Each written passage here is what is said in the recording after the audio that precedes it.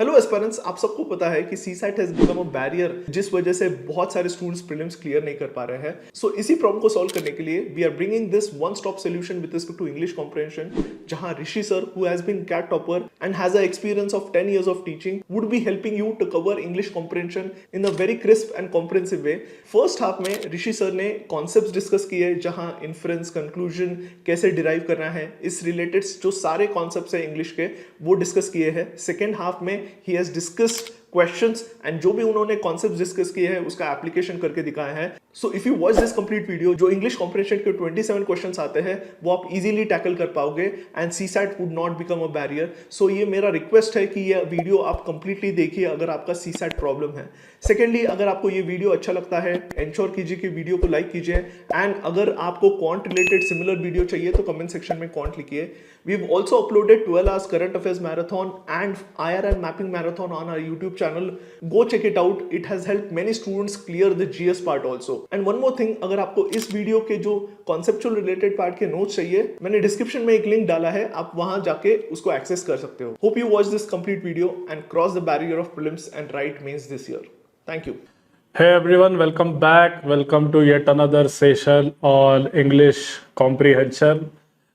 First of all, thank you so much for the immense support that you guys have shown for last 3 years. We have been running this series every year before our actual CSAT exam, and we have received overwhelming response to all our videos and our courses.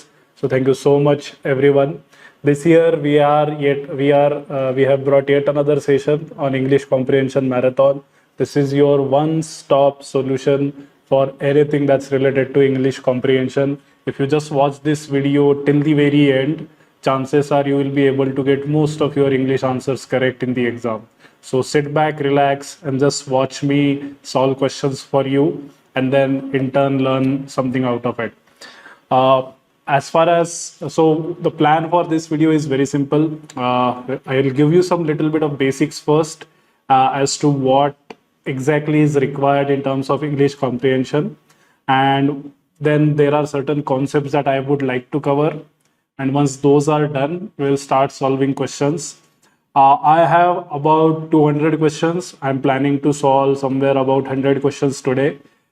Do let us know how you like those, and if you really like the way this video goes, then let us know. We'll upload the video for the next 100 questions as well. So without wasting any further time, let's get started. So when it comes to English comprehension, some of my students know in my course we have learned that what you are essentially doing is basically evaluating an argument. Now argument, what does that mean? An argument basically has 3 components in it. One is premise, then there is conclusion. These 2 components are what you read in a passage. So these will be given in the passage. They will be part of the passage. What will be hidden is actually the assumption. So typically in CSAT we get questions like what is the crux of the passage, what is the conclusion, or what can be the assumption of the author, and something like that, right? So essentially if you know how you evaluate an argument, chances are you will be able to tackle most of the CSAT questions. So what do I mean by premise and what do I mean by conclusion? So let's start with conclusion. Conclusion is something that one idea that author wanted to convey through the course of that passage, right? So any author would not write just for the sake of writing. They really want something that their reader can take out of that particular piece of article, right? Now, what is it that one idea that author had in mind that he or she wanted to convey to the readers and the audience who are supposed to read that passage? That one idea is typically a conclusion. So a passage generally has only one conclusion. Passages will never have more than 1, 2 or more than 2 conclusions or so. Okay. So typically a passage, a paragraph will have one conclusion only. All the other statements apart from that conclusion are basically the building blocks of that argument, which is basically the premise. So any piece of facts, any piece of evidence, any verbatim by some leader, or just some newspaper article that author has taken based on which author is trying to give you a particular idea, right? Anything that is given in support of the conclusion is typically your premise. Now, conclusions are basically what author wanted to convey. So conclusions are generally opinionated. So any piece of statement in the paragraph that has opinion in it, that would be a conclusion. Premise are more on the factual side. So anything that can be verified are known as facts. So typically facts will have any piece of evidence, data, reports, anything that author is trying to build towards the conclusion, that is known as the premise. Okay.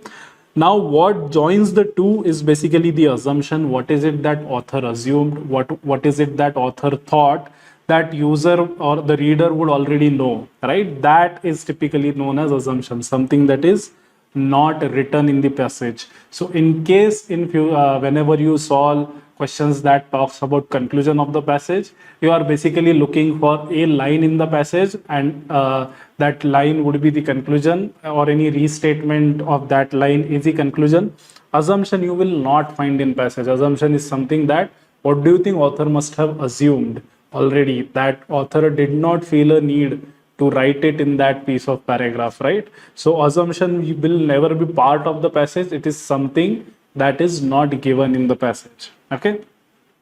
So as I said, argument, if I break it down, so argument is a group of statements which has one or more premise and one and only one conclusion.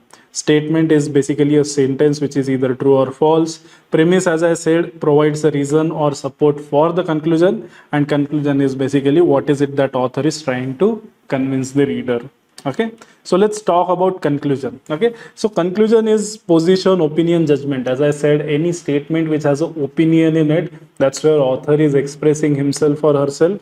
Those are generally known as conclusion. So the information given in the passage are basically called the premise. So any supporting detail or anything is called as a premise to lead to something, and that typically is basically the conclusion. So conclusions are always accurate and logical based on the premises that are given. Okay, so let's take an example. Suppose if I say I have an exam tomorrow and that I have been preparing it for a long time, but I don't have any pen to write the exam, then we can conclude that I will either buy or borrow a pen tomorrow. So something that is very logical, that can be said that 100% true based on what is given in the passage.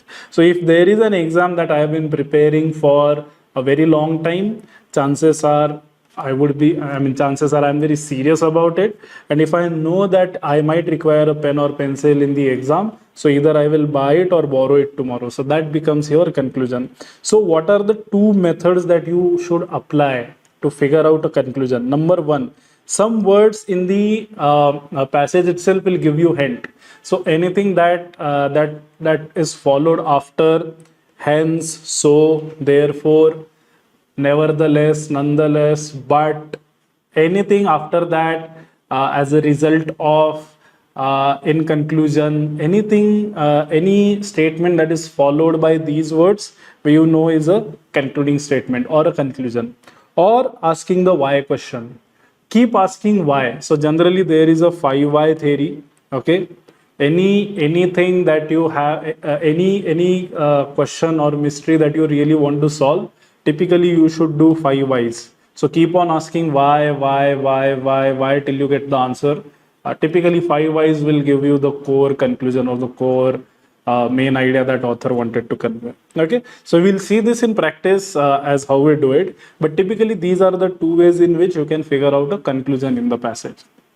Now you might ask, sir, there are certain passages they are where they ask for inference. So what's the difference between conclusion and an inference? So there's a very simple example for that. Conclusion is basically what author wanted to convey. So that's what author had in mind when he or she wrote that piece of passage. Inference is what the reader understood by reading that passage.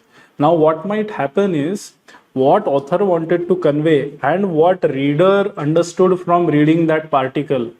If there is a proper mismatch, if there is a proper match, then you can say that whatever author wanted to convey has been conveyed to the reader. Okay, but sometimes what happens is when you read a paragraph, you read a particular part of it and you try to infer something on your own. Okay, the author may not have intended that, but you inferred it based on the passage. So inference is basically saying what is the probable what is the highest probable statement that I can think of after reading that passage.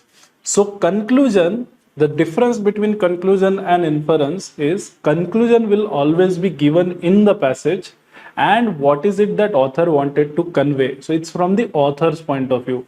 Inference is what reader understood by reading that passage, and that can be given in the passage or may not be given in the passage, because I might just think of something of myself when I read that passage. So inference is always from a reader's point of view, conclusion is always from the author's point of view. So I'll give you an example. If there is a stray dog that's running towards you with its teeth out, okay, growling and barking, then you would probably infer that dog is going to attack you, right? You don't know for sure whether the dog is going to attack you or not, okay? If you had known it for sure, that would have been the conclusion, which is logical based on the passage and is 100% true. But inference is probable. It may happen, it may not happen. But what is the higher probability of happening? What do you think may happen? Now that is basically the inference, right? So you inferred based on the given situation and your past experiences. So when you try an inference, you obviously have to take into consideration what is given in the passage, but also what is your world view on that particular topic. So let's say if a passage is talking about climate change, you might have your worldview about climate change as well. So what is given in the passage plus your own knowledge of climate change, combination of that is your inference, right? But what is given in the passage, what author wanted to convey, that becomes the conclusion of that passage. So that's how you understand the difference. So let me give you one more example. Let me use this. So India has fought many wars with Pakistan and China. There are frequent skirmishes and tension even now on India's northern borders. The exact border line is often challenged by parties involved. Lack of properly demarcated border is also an issue with Bangladesh. So that's the passage. Now, what is the conclusion and what is the inference? Now, as I said, in conclusion has to be 100% true based on this paragraph. So you can also think of conclusion as what do you think is the next line of this passage? Okay. So conclusion is relations between India, Pakistan, India, China are probably not good.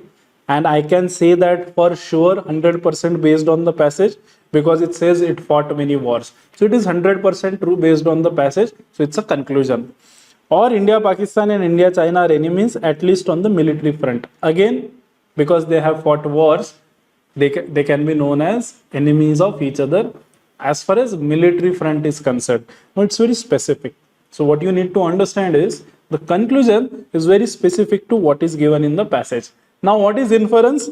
Unclear borders may lead to unhealthy relationships with neighbors. Now it's a generalized statement. So I read this passage, but in my mind I was thinking that, oh, maybe the borders are unclear, that's why they are fighting. So if it's true for these two nations, it's true for other nations as well.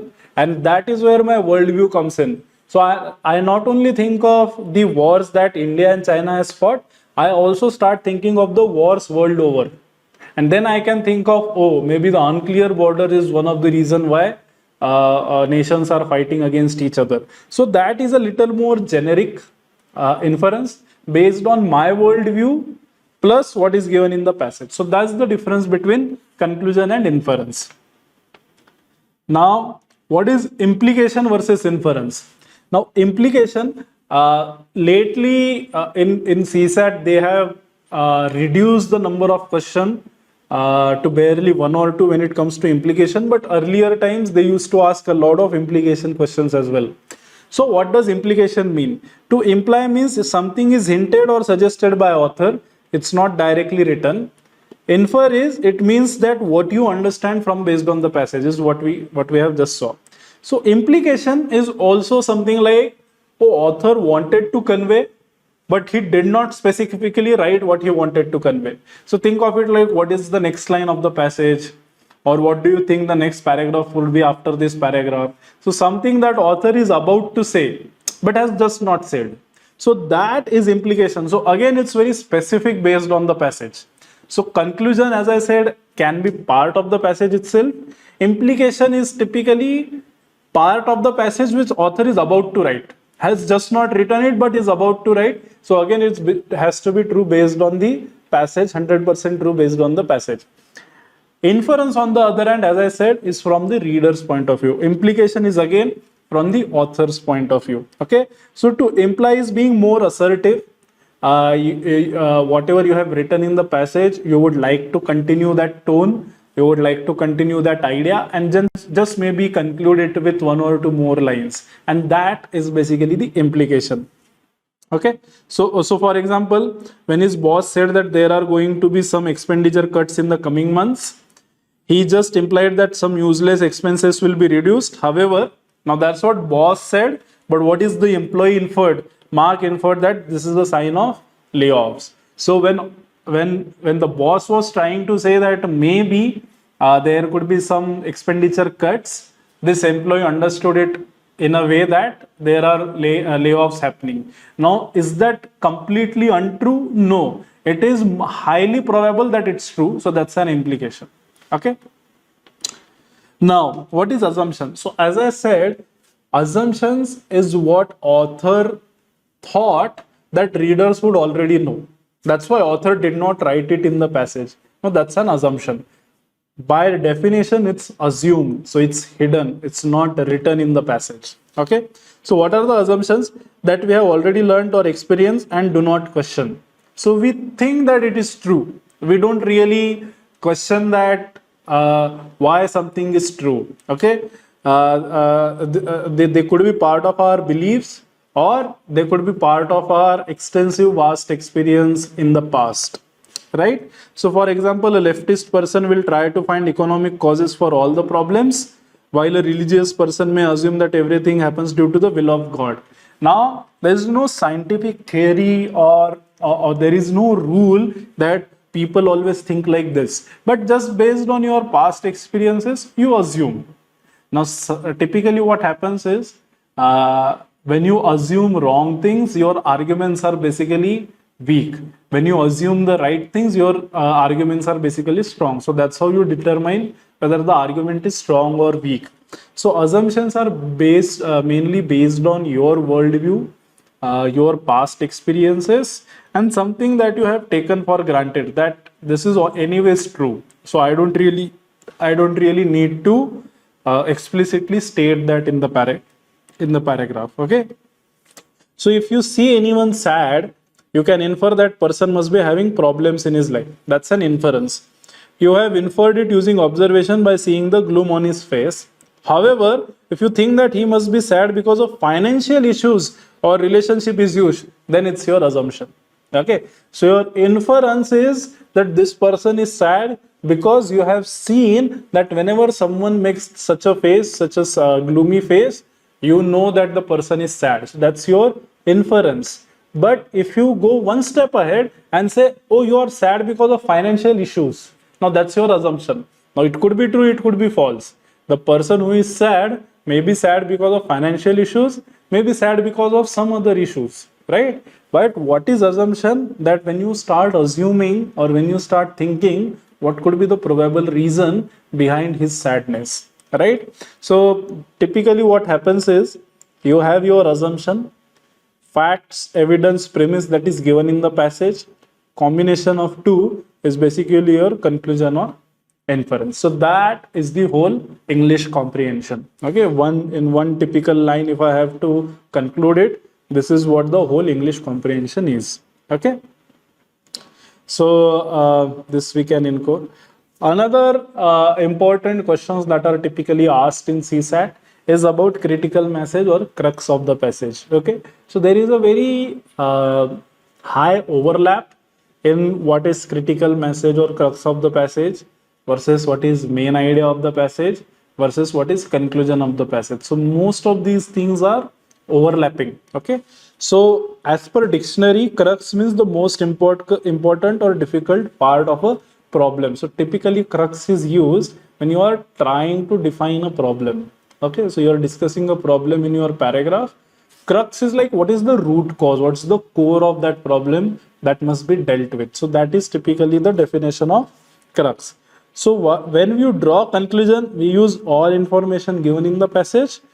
To find critical message, we ignore all the minor points and focus only on the significant point. So as I said, conclusion is typically given in the passage. You take into consideration all the premise that are given in the passage to arrive at that conclusion. So conclusion is, throughout the passage, you take every point into consideration. Crux of the passage is, you only focus on what is that main point, what is that one or two lines that are like, oh, this is what author wanted to convey. Another way to think like that is, if I have to compress a big paragraph into a smaller 2-3 line paragraph, which 2-3 lines will you pick from the passage? Now that becomes your crux or critical message that author wanted to convey. Okay, so what's the difference between conclusion and critical message? So in layman terms, critical or main message of the passage is conclusion that has been explicitly mentioned by author, although we are not required to draw conclusion based on the information. We just have to tell the message that author is giving. So as I said, conclusion, the whole premise leading towards a particular idea, that's the conclusion. Critical messages, what is that one or two lines that author wanted to convey? Okay, so conclusion is the main point or essence of the passage, but it is implicit, it's given in the passage. Crux is the main point or the essence of the passage that has been explicitly stated by the author. So that's the difference. Okay, chalo. So with this, let's try and practice some of the questions. So the theory that I have just discussed, I guess it's good enough to understand what kind of questions that are asked, and typically these are the words that you would come across: crux of the passage, assumption, inference, conclusion. So that was a little bit of theory. Now let's see in actual practice what how it actually is applied. Okay, so what I'm going to do is I am going to solve some questions that I have. So there, as I said, there are typically some 200 questions that I have.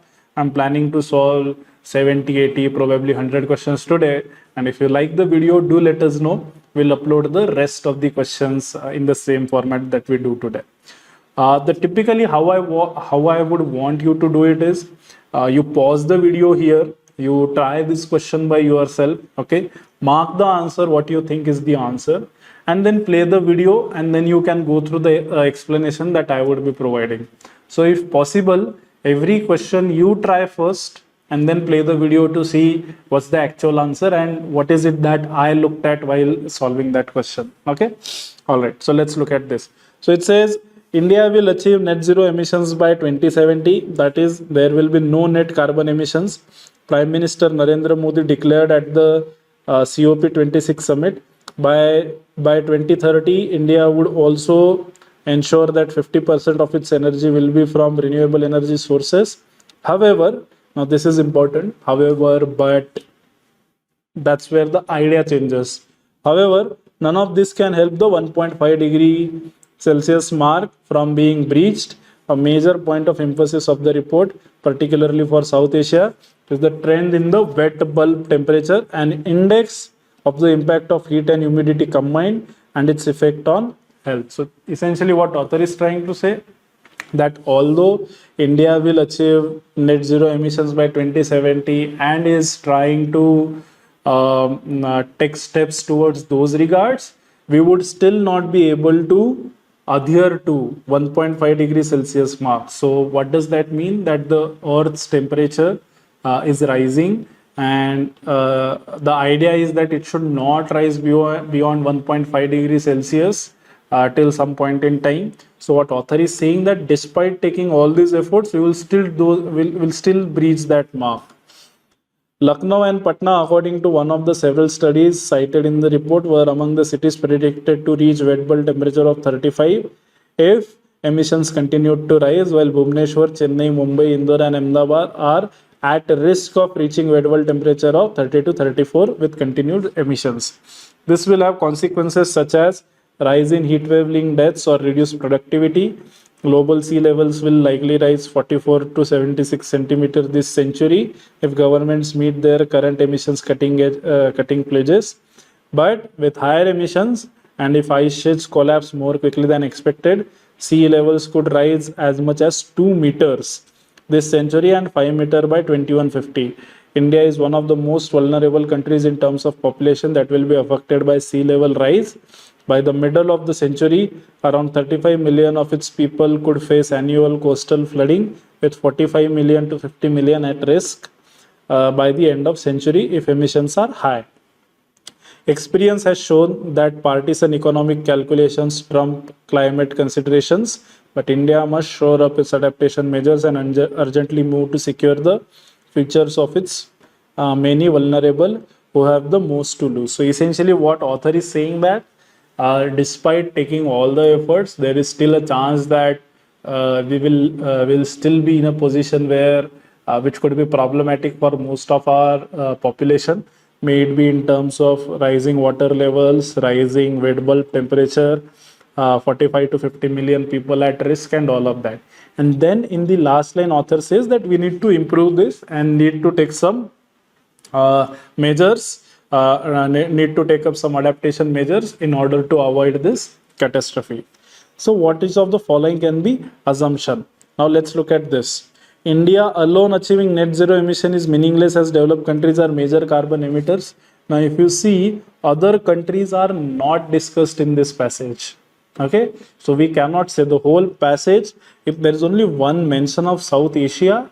But again, we are not discussing typically other countries here. The major focus is always the India in this passage. So developed countries are more carbon emitters or any such comparison is not mentioned. So one should not be part of my answer. Answer has to be B or D. So essentially we know 3 is the answer. Let's just focus on what does the statement 2 mean. Climate change in India will induce lesser precipitation. Again, nothing about precipitation has been mentioned. So we can safely ignore this and we can say 3 only is the answer, but let's just read it.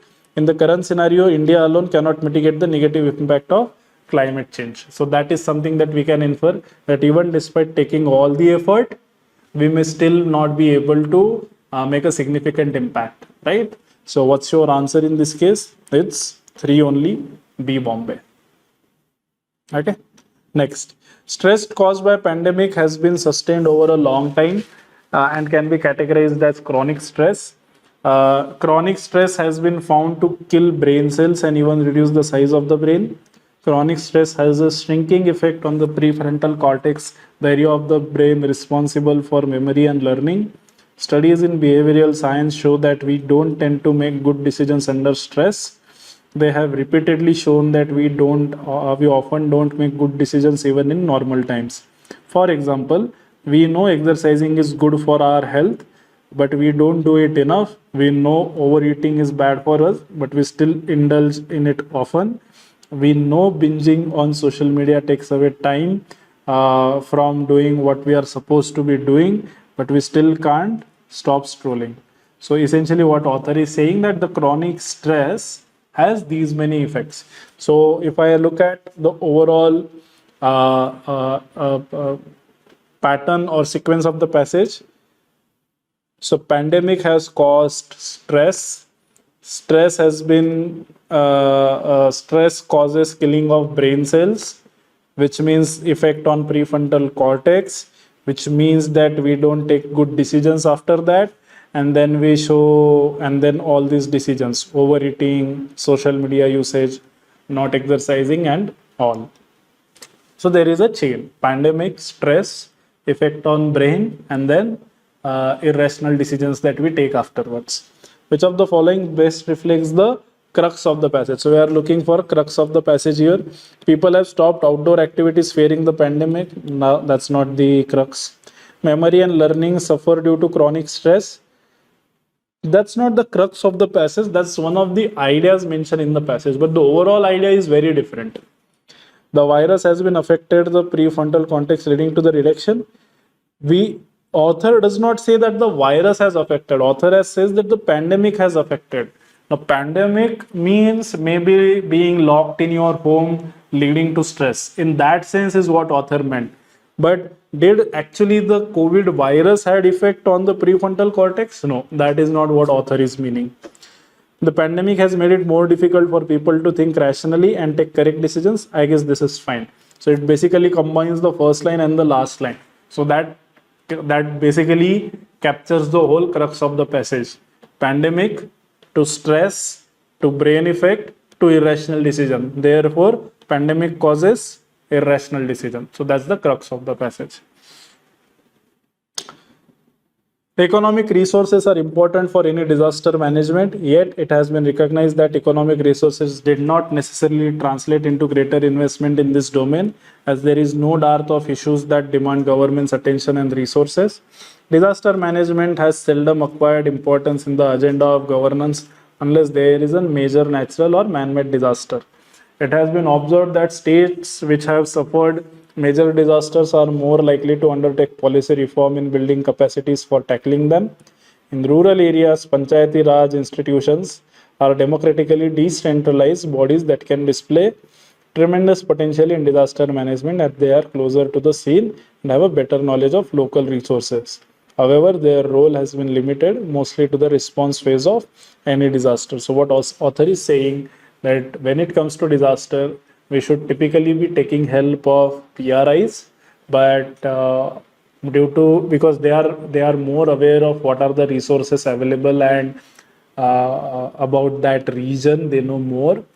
But what author is saying is their role has only been limited to the response phase. So those who may know disaster management, there are 5 phases. One of the phases is response. Then there is recovery, and all of those 5 phases are there. So it's a cycle basically.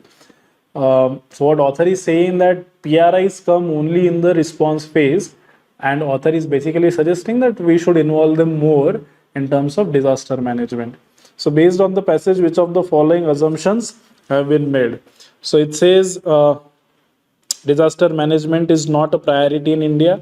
We can kind of assume that because that's what author is saying, that yet it has been recognized that did not necessarily translate into greater investment in this domain, has seldom acquired importance. Now, what does that mean? Seldom means rarely, right? Seldom acquired importance, which means rarely it has been given importance in governance. So it is not that high a priority in India. So that's correct. The role of PRIs in framing disaster management policy need to be widened. That's what author is saying. They are very limited to the response phase only. We need their help we need to include them in other phases as well. So I would mark both 1 and 2. So C is my answer. The impact of climate change is much more evident in Indian agriculture, where around 85% of farmers are small and marginal, and 60% of agriculture is dependent upon the vagaries of the monsoon. The role of irrigation therefore takes the front seat. The continued irrigation through traditional practices since the introduction of the Green Revolution in the 1960s, however, has begun to show its multitudinous ill effects on groundwater quality and height, water logging, soil salinity, soil health, crop productivity, partial factor productivity, and cost economics of farm practices. This is where micro irrigation assumes significance. Which one of the following statements best reflects the crux of the passage? Micro irrigation has the potential to address the ill effects of the Green Revolution and reduce the dependence on monsoon. This is exactly what I would pick. So absolutely everything that's given in the passage, or as in the critical message, is captured here. Climate change has reduced the overall productivity in Indian culture. That's not the crux. Crux is basically micro irrigation can help. That is where the author is leading towards. Second Green Revolution presents a viable solution. Second, that's not given. The government should invest more for its large scale adoption. That's not the crux. Government spending it is not the crux of the passage. That could very well be the next paragraph. This paragraph only talks about why micro irrigation is important in order to come out of the ill effects of the first Green Revolution. So A is what I would mark. For most people, the climate crisis is no longer a future scenario. Floods, heat waves, and wildfires have gripped our entire planet and will become stronger in years to come. Countries in the global south are particularly hard hit, even though their citizens have been emitting the least CO2. Drastic reduction of carbon emissions is only one pillar in the fight against climate change. Many of its consequences can no longer be stopped. There is an urgent need for adaptation measures so people both in cities and in rural areas have the chance to cope with the effects. That's why several years ago, rich nations committed to supporting low income countries with $100 billion annually from 2020 to help them cut emissions and adapt to climate change. It was a central promise for more climate justice that has not been kept so far. Based on the passage above, which of the following assumptions have been made? Okay. Through proper adaptation mechanisms and funding, climate change can be arrested. This is fine. Countries from the global south are not responsible. No, this definitely is not the assumption. That's why we are talking about rich countries helping the developing countries. UN could help make rich countries accountable for funding the sum of $100 for climate change. I'm not really sure about this part. UN could help. Where is UN mentioned here? So 2, 3 is not there, and 1 I guess is problematic. But anyway, then none of these is the answer because everything has 2 and 3 in it. So C, none of these is what I would mark. Present day health problems differ from those with which public health traditionally has been concerned in amount of individual understanding necessary to prevent and cure diseases or avoid accidents. Avoiding disability and death from these causes depends a great deal more on individual understanding and action than did the prevention of infectious diseases. Not every person needs to take specific preventive action to be protected from a communicable disease. For example, if a community, through the action of a few of its citizens and its government, installs a safe water supply and sanitary sewage disposal, all members of the community will benefit. The immunization of even a few persons in a community affords some protection to the others. For each immune person in a population reduces the chance of transmission of the disease.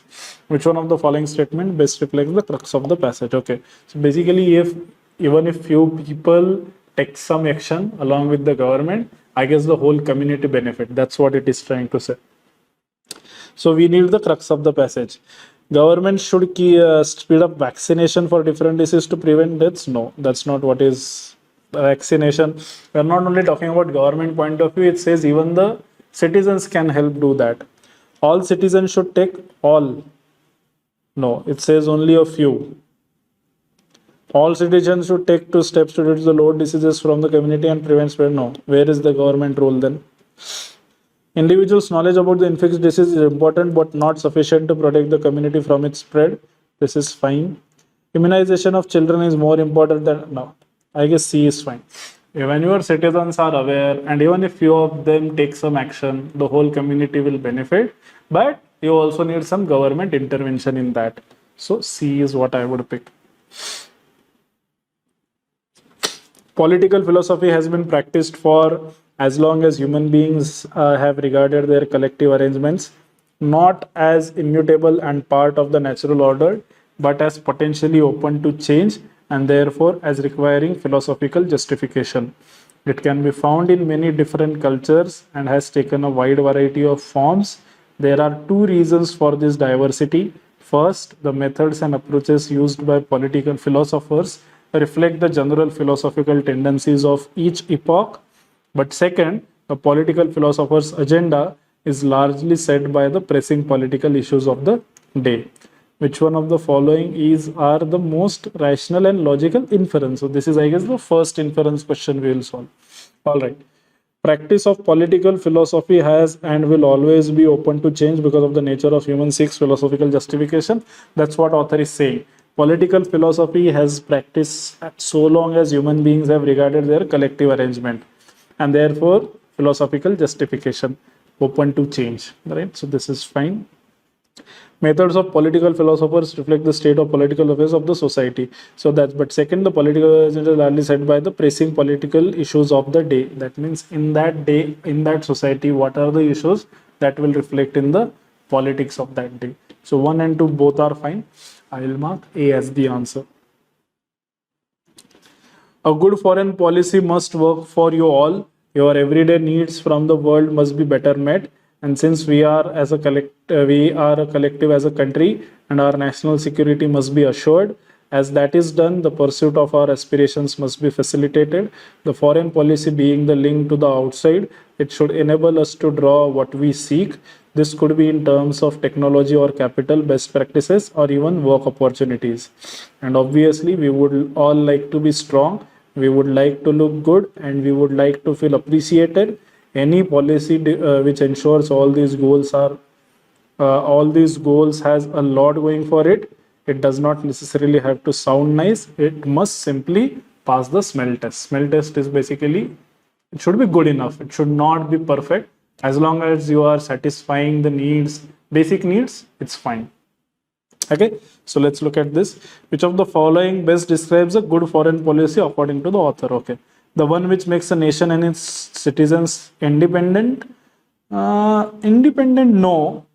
That basically means that you don't really rely on any other person or government. Now, that's not something what author is trying to say.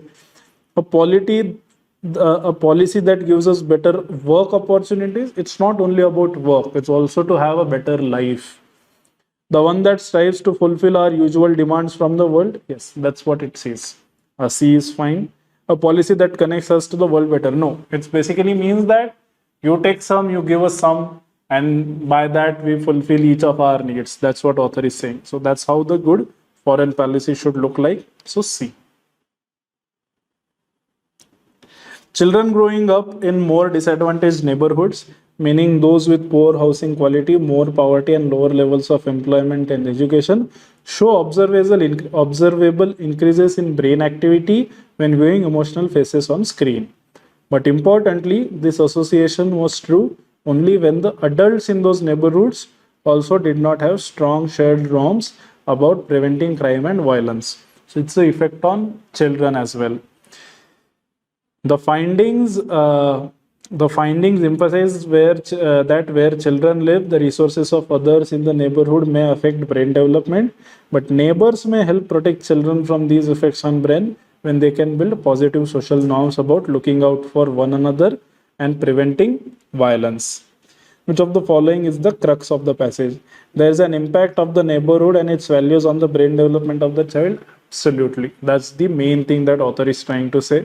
Let's keep it aside to see if there is any better option. Poverty in the neighborhood results in children committing crimes and violence? No, that's not the crux. Because author is essentially trying to say, if neighborhood is bad, it affects your brain badly. But if neighborhood is good, it affects your brain in a positive way. So the impact is both ways. So B only talks about the negative impact. C, education is best tool for children. Education not mentioned. We are more concerned about the neighborhood and the impact. There is a need for a child policy which deals with the development of children. No. Policy intervention is not mentioned. A is fine. Generally, poverty cannot be reduced if economic growth does not occur. The persistent poverty of a substantial portion of population can dampen the prospects of economic growth. Also, the initial distribution of income and wealth can greatly affect the prospects for growth and alleviation of mass poverty. Substantial evidence suggests that a highly unequal distribution of income is not conducive to either economic growth or poverty reduction. Experience has shown that if countries put in a place incentive structures and complementary investment to ensure better health and education, it can lead to higher incomes, and poor will benefit doubly through increased current consumption and higher future incomes. So author is saying education and health and education, investment in health and education can lead to both poverty alleviation, also the distribution of income. Which of the following is our most rational logical inferences that can be made? Only economic growth has the potential to overcome. Only economic growth and nothing else. Now that's a little too extreme. Health and education have a direct correlation. Yes, with poverty reduction, definitely. So two only, B Bombay. Packaging is enclosing the food material in a container to ensure the delivery of the product in the best condition to consumer for final use. Therefore, good packaging plays a vital role in developing the image and brand of the company product. Intelligent food packaging incorporating nanosensors can provide information on the state of the food inside. It is recommended that nano packaging should be designed in such a way to release antimicrobials, antioxidants, flavor enzymes, and nutraceuticals to extend the shelf life of the food products. There is a need to undertake further toxicological and migration studies to ensure the safe development of nanotechnologies in the food packaging industry. Very good. So question is rational and logical inference. Including nanosensors in packaging will increase the cost of packaging for companies. That is there. Already author is saying the packaging, there is a need to undertake blah, blah, blah. So that's fine. Obviously, it would increase the cost. So that's an inference. There is limited understanding of the use of nano. There is no limited understanding. If that was the case, author would not discuss this thing in detail, right? So answer is A. Scientists are actively debating whether there is a fixed limit to the human lifespan.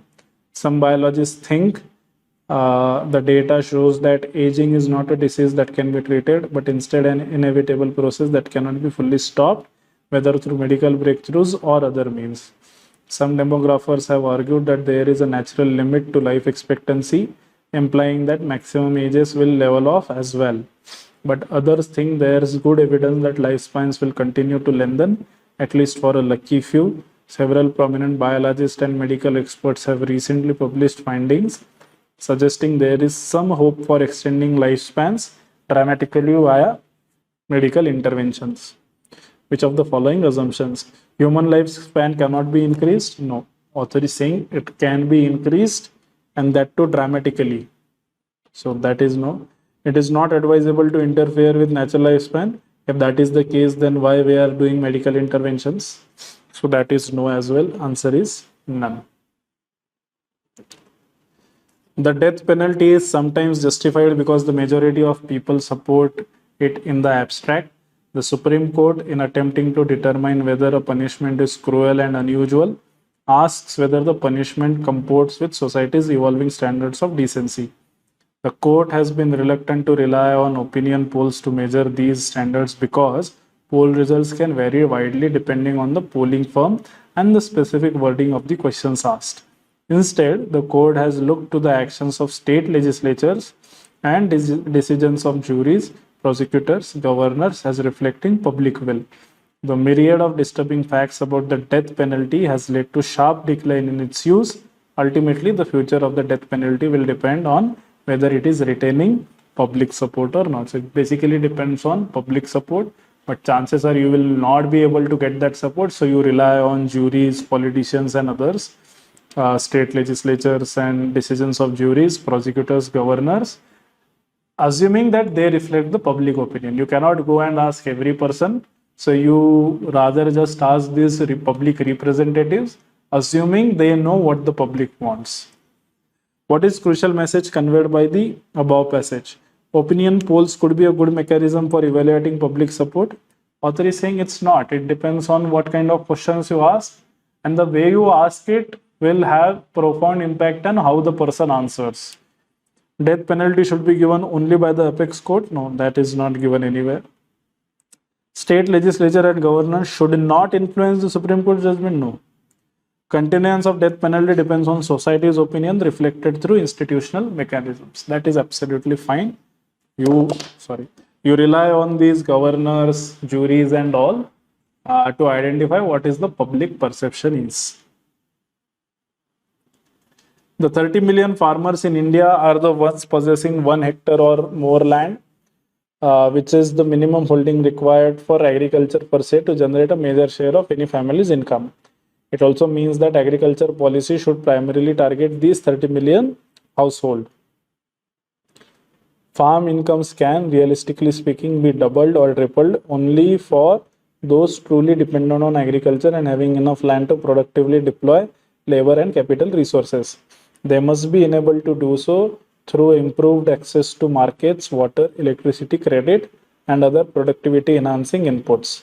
The whole focus should be to lower their production costs by raising yields while simultaneously ensuring higher input use efficiency and minimal environmental footprint. The question that naturally arises is, where does this leave the remaining 60-65 million households, those having less than 1 hectare land and agricultural only in name? The answer is simple. Their future lies outside the farms. Basically, author is saying then farming may not be the right profession in order to sustain. Okay. A little more dramatic passage, but okay, let's see. Which of the following is the most rational and logical inference that can be drawn? It is not possible to double the income of every farmer in the country, so that can be inferred. It says that the 60 million farmers are there, households are there. They just might suffer on account of it. So one definitely can be inferred. 2. Government should use the policy of subsidies to ensure minimum production costs of the farmers. That's not an inference anywhere. We are typically looking at what is it that the 30 million farmers can benefit from the government policies and intervention.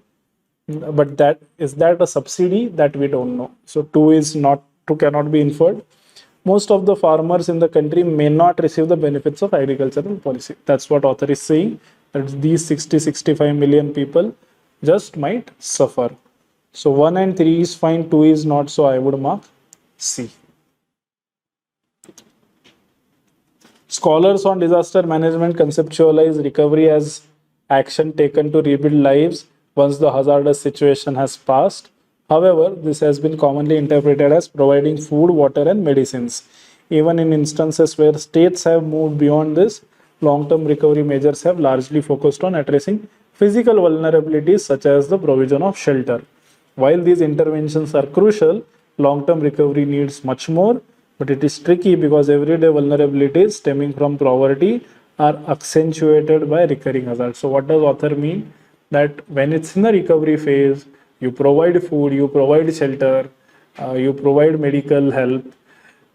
In the name of long-term benefit, you give them new shelters and all.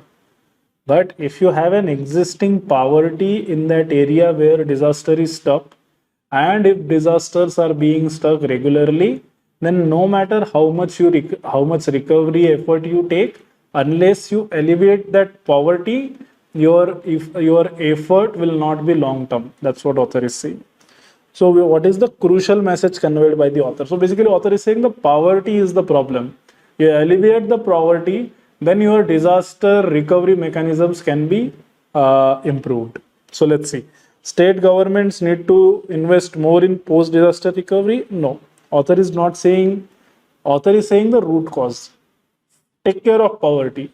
Then long-term measures can be taken. So no. Loss of shelter due to disaster is most critical hindrance? No. Further studies are required for giving solutions. Author is not saying that it's a unsolved problem. Author is giving you a solution. Alleviate poverty. So I guess D should be answered. Long-term recovery from diseases is difficult without the resolution of poverty. Absolutely fine. D, Delhi. Our world and our region faces the most serious strategic confluence of events since the end of the Second World War, intensifying strategic and geo-economic competition, the return of war to Europe, growing climate risk, enduring pandemic impacts, all of which are driving inflation, labor scarcity, supply chain shocks. Countries which share common values and interests must work together with resolve to shape our economic and strategic environment so that it continues to support our collective security and prosperity. Very good. Simple passage. Let's see. According to the passage, what is the outcome of the events mentioned? So inflation, that's definitely there. Higher prices of essential, yes. Unavailability of raw materials, that is supply chain shocks. the other way of looking at that. Manpower shortages, that is labor scarcity. 1, 2, 3, all of that is mentioned, so B Bombay. Education is a valuable tool for gaining learning and wisdom. Though books are essential to education, the notion encompasses more than just books and bookish knowledge. It isn't required for education to be only based on books. The most important goal of education is to help people with how to read and write. The first step toward literacy is reading and writing. Education provides a person with endless opportunities for growth and advancement. People who have had an education tend to be calmer and more self-assured. People who have been educated are disciplined and understand the importance of time.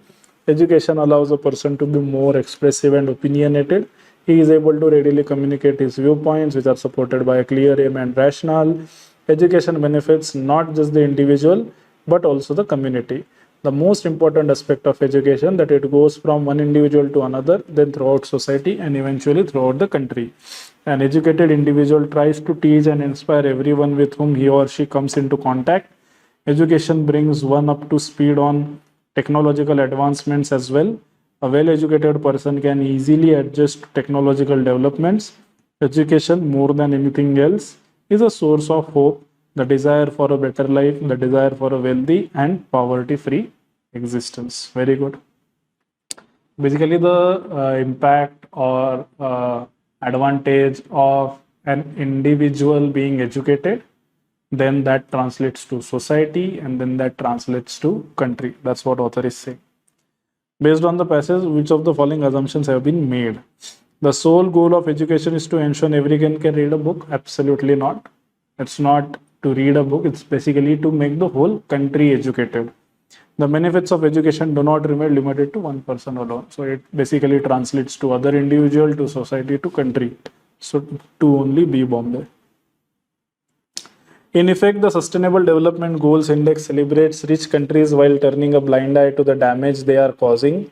Ecological economists have long warned against this approach. It violates the price of strong sustainability, which holds that good performance on development indicators cannot legitimately substitute for destructive levels of ecological impact. The SDG index team is aware of this problem. It's even mentioned in their methodological notes, but then it's swept under the rug in favor of a final metric that has little grounding in ecological principles. Which of the following best reflects the crux of the passage? The Sustainable Development Goals Index creates the illusion that rich countries might have high levels of sustainability even if they do not. I guess that's what author is saying. Just because you are rich, that's what it violates the principle of strong sustainability, which holds that good performance on development indicators cannot legitimately substitute for the destructive levels of ecological impact. So A is absolutely fine. The Nordic countries, even with the highest scores on Sustainable Goal Index, are some of the most environmentally unstable countries. See, this is a very specific option. This is a generalized option. Now, author has not talked about any specific country, so I would still mark A. Although A and B are almost saying the same thing. They are not saying exactly the same thing, but almost are similar. B is very specific, so cannot be answer. A is a little more generic. If a country performs well on India, its score for that goal will look good even if it fails. No. Not every country that is good on development is bad at sustainability. That's not what author is saying. The UN needs to redesign the sustainable development goal. Nah, he is fine. Hello everyone. My name is Achal Upadhyay and I have secured All India rank 288 in UPSC Civil Services Examination 2023. After the prelims got over and the results were out, I got to know about the Sankalp mains program of Target UPSC and I immediately enrolled in that. Target UPSC का संकल्प mains programme काफ़ी effective था in the sense that the pedagogy that was adopted in that course was quite unique. जो हमारी daily classes होती थी उसमें हमें एक तरह से ब्रेनस्टॉर्म करना सिखाया जाता था that whatever bouncer we may get in the final examination, we might be able to handle those bouncers in a good capacity. अगर हम pedagogy की और बात करें तो Sudarshan Lodha sir live sessions लेते थे, लाइव डिस्कशंस होते थे एंड सुबह शाम उनकी क्लासेस होती थी and this was all during the phase between prelims and mains.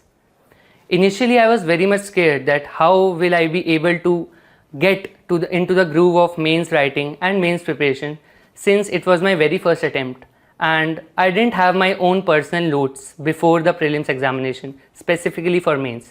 But after joining the Sankalp mains batch program of Target UPSC, the note making habit developed eventually, and the guidance by sir and the other faculty members as well immensely helped me during my preparation. Sir के पढ़ाने का style बिल्कुल ही unique था and he used to incorporate various data facts, various constitutional articles, the Supreme Court judgment, and it was basically a 360-degree approach to any kind of topic, whether it be from GS1, GS2, GS3 और ethics that is GS4. अगर मैं पढ़ाने की style की बात दोबारा से करूं तो सुदर्शन लोधा सर एक तरह का स्ट्रक्चर बनाकर देते थे कि हर क्वेश्चन को, हर टॉपिक को कैसे अप्रोच करना है by dividing any kind of a reply in certain aspects like introduction, the body of the question, addressing the demand of the question, conclusion and way forward.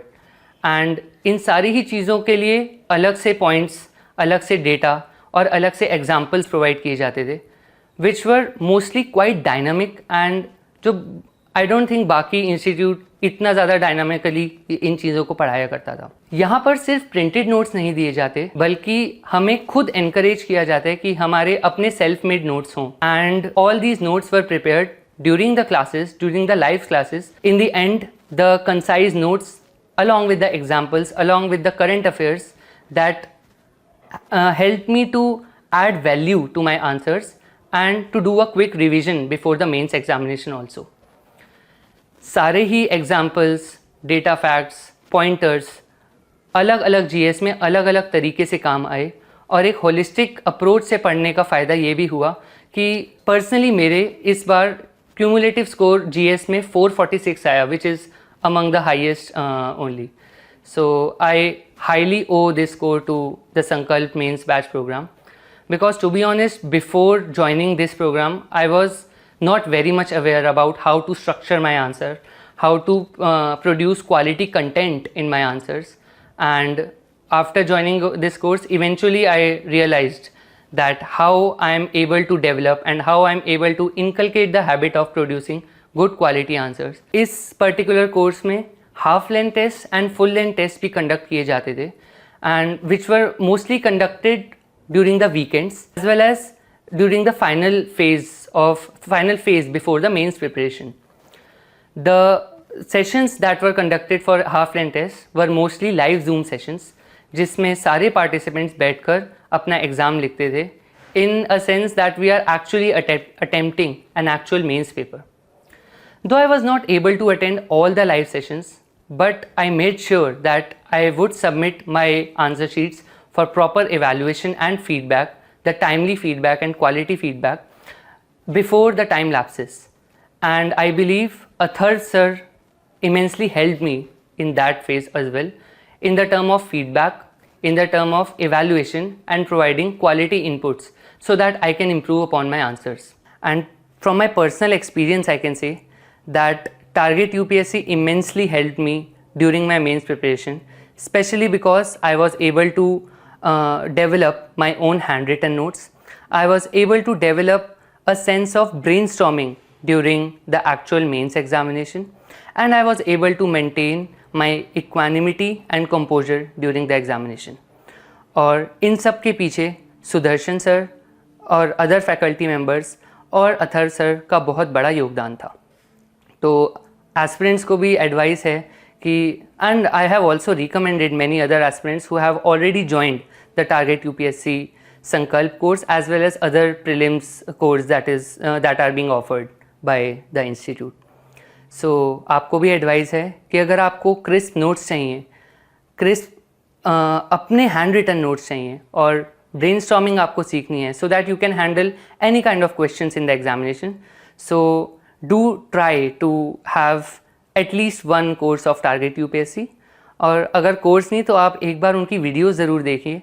I am sure आपको खुद ही inspiration मिलेगी कि how to prepare, what can be the tricks to prepare, and you'll have some quality content, some value additions for your mains preparation and prelims preparation as well. So thank you so much Sudarshan sir for the guidance. Thank you to the Target UPSC team for having such kind of courses and good quality content, and all the best to all the aspirants who are engaging themselves in their journey. Best of luck, namaste and जय। ये मेरे target UPSC संकल्प mains batch के कुछ sample notes हैं।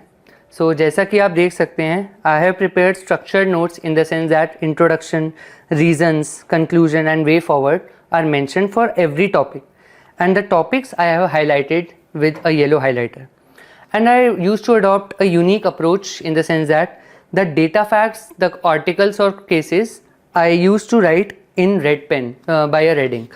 And जैसा कि आप देख सकते हैं, it was also combined with diagrams and again safeguards, issues. So सारे notes concise और structured थे, as well as the conclusion. So I again want to thank Sudarshan Ludha sir and other faculty members for enabling me to maintain such structured notes, and which helped me ultimately in my mains preparation. So thank you once again. Rivers provide a range of benefits, and that these benefits are seldom equally distributed in society. Asymmetries of power mean that decisions about trade-offs are rarely objective. The poor and marginalized often lose out to more influential actors. Disadvantages in access and entitlements can be exacerbated because vulnerable groups often rely disproportionately on ecosystem services such as fisheries, particularly as a livelihood strategy of last resort. Measures to enhance water scarcity for some sections of society can lead to insecurity in supplies of water or other ecosystem services to others. This political dimension is made even more challenging if river and water management institutions are designed or operate without recognition of the often different scales at which other important decision-making processes operate. What is the crucial message conveyed by the above passage? All right, river water is a necessity for everyone, be it vulnerable. Climate change leads to unequal access to river water, further leading to inequitable. I don't think we are also talking about politics and all here. Not only environmental and social, but institutional mechanisms are also required for ensuring. So, yeah, that's what author is saying. This political dimension is even more challenging if institutions are designed or operate without recognition. So, see, process of decision making regarding no. Let's see. Meaningful politics, especially in democracy, is rooted in local organization, discussion, and negotiation. However, the structure of social media has facilitated a perception of engagement without organization and action without consequence. This wasn't and isn't inevitable. There are more thoughtful ways to structure platforms which would help connect and root people in their own communities instead of isolating them locally while connecting them virtually. Very good. With reference to the above passage, the following assumptions have been made. Social media has disturbed meaningful politics. I can infer that meaningful politics is rooted in local discussion, but the social media has facilitated a perception of engagement even if you are not engaged. So one is fine. Physical organization is the best way? No. It was the old way, a better way, but was it the best? No, that's not mentioned. So one only. Agriculture is the backbone of Africa's economy and accounts for the majority of livelihood across the continent. Africa is therefore an exposure and vulnerability hotspot for climate variability and change impacts. IPCC projections suggest that warming scenarios risk having devastating effects on crop production and food security. Key risks to agriculture include reduced crop productivity associated with heat and drought stress and increased pest damage, disease damage, and food impacts on food system infra, resulting in serious adverse effects on food security and livelihoods at the regional, national, and individual household levels. By the middle of this century, major cereal crops grown across Africa will be adversely impacted, albeit with regional variability and differences between crops. Under the worst case climate change scenario, a reduction in mean yield of 13% is projected in West and Central 11% in North, 8% in East and Southern Africa. Millet and sorghum are the most promising crops with a yield loss by 2050 of just 5% and 8% respectively, due to their greater resilience to heat stress conditions, while rice and wheat are expected to be the most affected crops with yield loss by 12 and 21% in the respectively. In the drought-prone sub-Saharan Africa countries, the number of undernourished people has increased by 45.6% since 2012, according to the Food and Agriculture Organization of the United Nations. Quite a vast paragraph, but essentially author has continued the idea that which particular crops are affected the most versus which particular crops can Africa benefit from. So what can be the inference? Warmer temperatures increase conditions for the survivability of agricultural pests. So that's what is mentioned, increased pest damage. So that is there. More bioengineered crops need to be introduced. Bioengineered crops, and that's not mentioned. So I would go with E. Women are most often the collectors, users, managers of water in household as well as the farmers of irrigated crops. For example, at least half of world's food is grown by women farmers, and it amounts to 80% in some African countries. Whereas African women increasingly assume a vital role in agriculture, they remain among the most disadvantaged populations. Easier access to fresh water would improve living conditions for girls who generally drop out of school and start working in the fields and fetching water at a very young age. Lack of access to water is an obstacle to their right to have access to formal education. Which of the following are the most rational and logical inference that can be made from the passage? Women of the world would be considered as the feeder of the world population. Could be because 50% are farmers is what author says. So we can say that they are feeding the whole world. Both Indian and African women end up losing their education opportunity. Where is Indian mentioned? I don't think I read Indian anywhere. African is fine.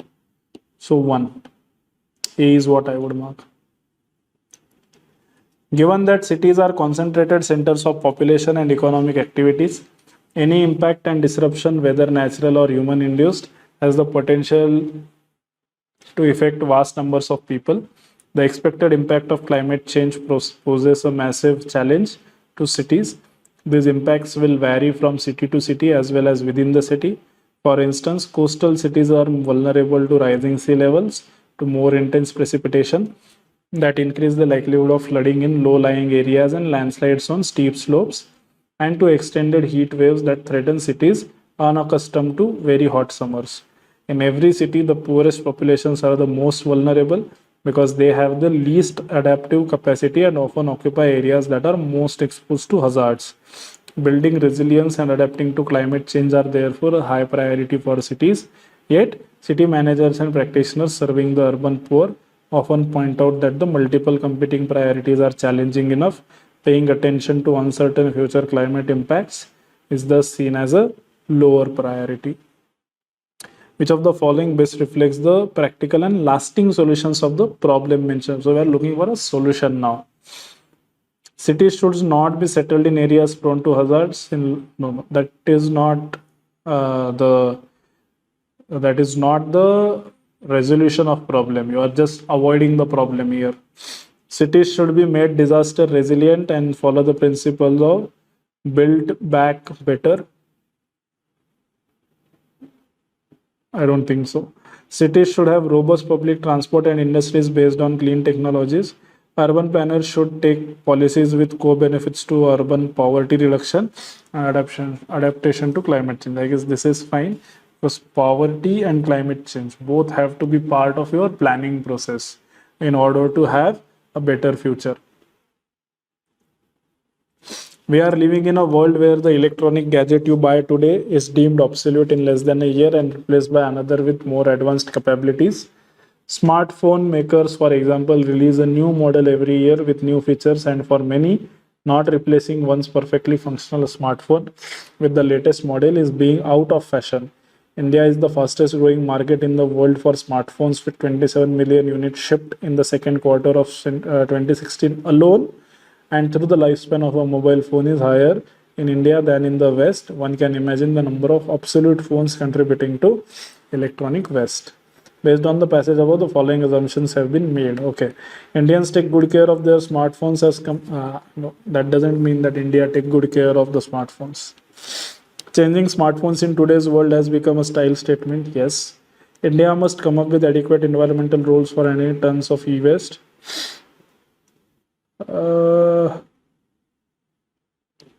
I don't think that's an assumption because author has not said that we need some government policy or something. So 3, not 1, 2 only. I'd go with A. Rainy days are known to contribute to depression and sadness. People become nostalgic and melancholic, resembling lost loves, remembering first loves. But I see in rain the magic that is life. I see freedom from the scorching heat and the angst within. I see healing and wisdom. It is manna, a windfall, a boon, a godsend. So as much as I find myself loathing the monsoon season, I have also come to understand that it is essential. It is something we must all make our peace with and show gratitude for. Very good. Based on the passage, following assumptions have been made. There's no gloom associated with rain. No, there is a gloom associated with rain. That's why you become melancholic, nostalgic. Those who feel sad, gloom means kind of sadness. So there is no sadness associated with rain. No. Author says that there is. Those who feel sad during rainy season need not express gratitude. Neither. Readily.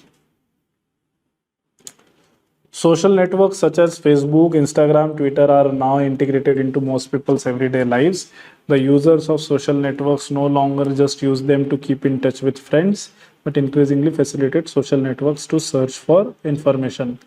Users also form opinions based on information and contributions available on networks. While searching for information and integrating it into their opinion formations, users are no longer just passive recipients of information, but are also actively spreading their own opinions. Very good. Assumption. Information available on social networks must be verified for correct opinion formation. This is more like an instruction. What should be done? I don't think that's mentioned anywhere. Opinions made through social media are not reliable due to instances of fake news. So fake news is not mentioned. Social networks act as a medium for exercising the right. So this is fine. I guess I would go with 3 only because there could be a true news, but it's not complete. So you cannot call it fake. Right? So are not reliable. This part is fine. But due to instances of fake news, I guess that's a little too specific. That is not mentioned in the passage. I would go with 3 only. When physical activity is used as a break from academic learning time, post-engagement effects include better attention, increased on-task behaviors, and improved academic performance. Comparisons between first grade student housed in a classroom with tan sit desks where the child could stand at his or her discretion and in classrooms containing traditional furniture shows that the formal children were highly likely to stand, thus expending significantly more energy than those who were seated. More important, teachers can offer physical activity breaks as part of supplemental curriculum or simply as a way to reset student attention during a lesson, and when provided with minimal training can efficaciously produce vigorous or moderate energy expenditure in students. Further, after school physical activity programs have demonstrated the ability to improve cardiovascular endurance, and this increase in aerobic fitness has been shown to mediate improvements in academic performance as well as the allocation of neural resources underlying performance on a working memory task. Physical activity is important in child's life because it helps in breaking the monotonous pattern of life. Okay. Otherwise, there will be lack of physical development. It improves cognitive functions related to attention and memory. So I guess that's what author is saying. It improves your brain. So C is fine. Consistent engagement can help. I guess C is fine. Hyperconsumption is a curse of our modern times. Humans generate monumental amounts of waste, a sizable portion of which is disposed of in landfills and through waste to energy incinerators. However, billions of tons of garbage, including microplastics, never make it to landfills or incinerators and end up in oceans. This garbage chokes marine life and disturbs zooplankton, which is vital to the elimination of carbon dioxide from the atmosphere. In India, nearly 60% of household waste is wet organic waste with low calorific value. This makes options such as waste to energy incinerators inefficient. So basically, author is saying that these are not good enough because the waste that we are generating is not really efficient for these incinerators. Crux of the passage. Incineration is not the best technological solution, so this is fine. Reducing consumption will solve? No. Incinerators should be established in and around? No. India should develop customized incinerators to ensure customized, again, I don't think that's the crux is this, that it's not the best solution available because it's not taking care of everything that is there for the West. India's structural transformation, particularly since 91, has been slow and unique. Despite abundant low-skilled labor, our growth trajectory has mostly skipped manufacturing, growing instead on the back of far smaller high-skilled service sector.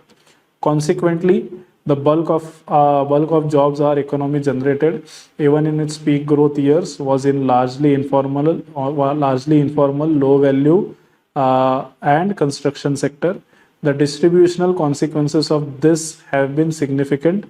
Underemployment and low intergenerational mobility have been persistent features of the Indian economy, resulting in deep inequalities. Most of India continues to live in extremely precarious economic conditions with limited opportunity.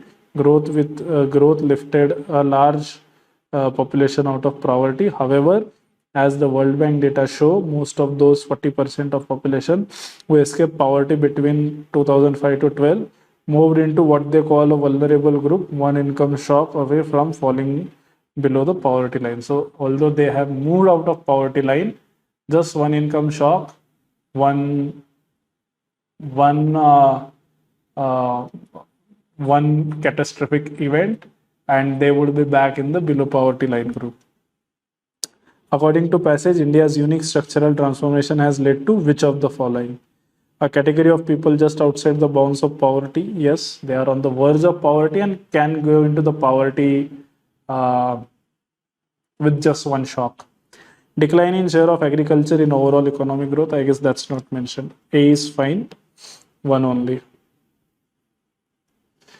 Invasive species may be one of the worst environmental problems facing the conservation of natural areas because of their role in changing ecosystem function.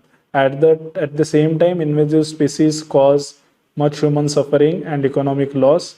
The approach to eliminating invasive species can be improved by a better understanding of the various types of invasive species and the scientific hypothesis surrounding their ability to invade novel environments. Despite the billions of dollars spent each year, invasive species are difficult, if not impossible, to eliminate after they have been established. Based on the above passage, the following assumptions have been made. Okay, invasive species, if not eliminated in future, could threaten the food security of people. Food security, I'm not really sure.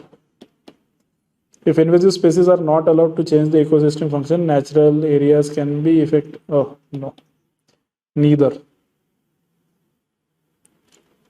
In recent years, the significant rise of private cryptocurrencies such as Bitcoin and Ether has spooked central banks throughout the world and pushed the case for offering digital currencies. A 21 BIS survey of central banks found that 86% were actively researching the potential for such currencies, 60% were experimenting with the technology, and 14% were deploying pilot projects. China, having already engaged in pilot projects for its digital RMB, is planning a major rollout soon. There has been little doubt, therefore, that India needs a digital rupee. The important questions are about the details and the timeline. Based on the above passage, the following assumptions have been made. India needs to launch a digital rupee to curb negative impact. So that's already mentioned. The technology behind the cryptocurrency is no longer monopolized. Yes. So central banks are also planning to roll out. So that's fine. India needs to launch digital currency soon to compete against the Chinese. No, that's not the aim. We are not launching to just counter the Chinese currency. So sorry, 1 and 2 are fine, 3 is not. So I'll go with C. While the Keynesian theories usually propagate substantial government spending in times of crisis to kickstart consumption, Hayek's work theorizes that extreme land holding by the government leads to long-term stagnation due to interference in natural market forces. Most nations went with Keynes' approach of rigorous government intervention by huge spending in the form of cash handouts and putting money in people's pockets. They hoped that such measures would awaken demand and lift the spirit of businesses who would then hire more people.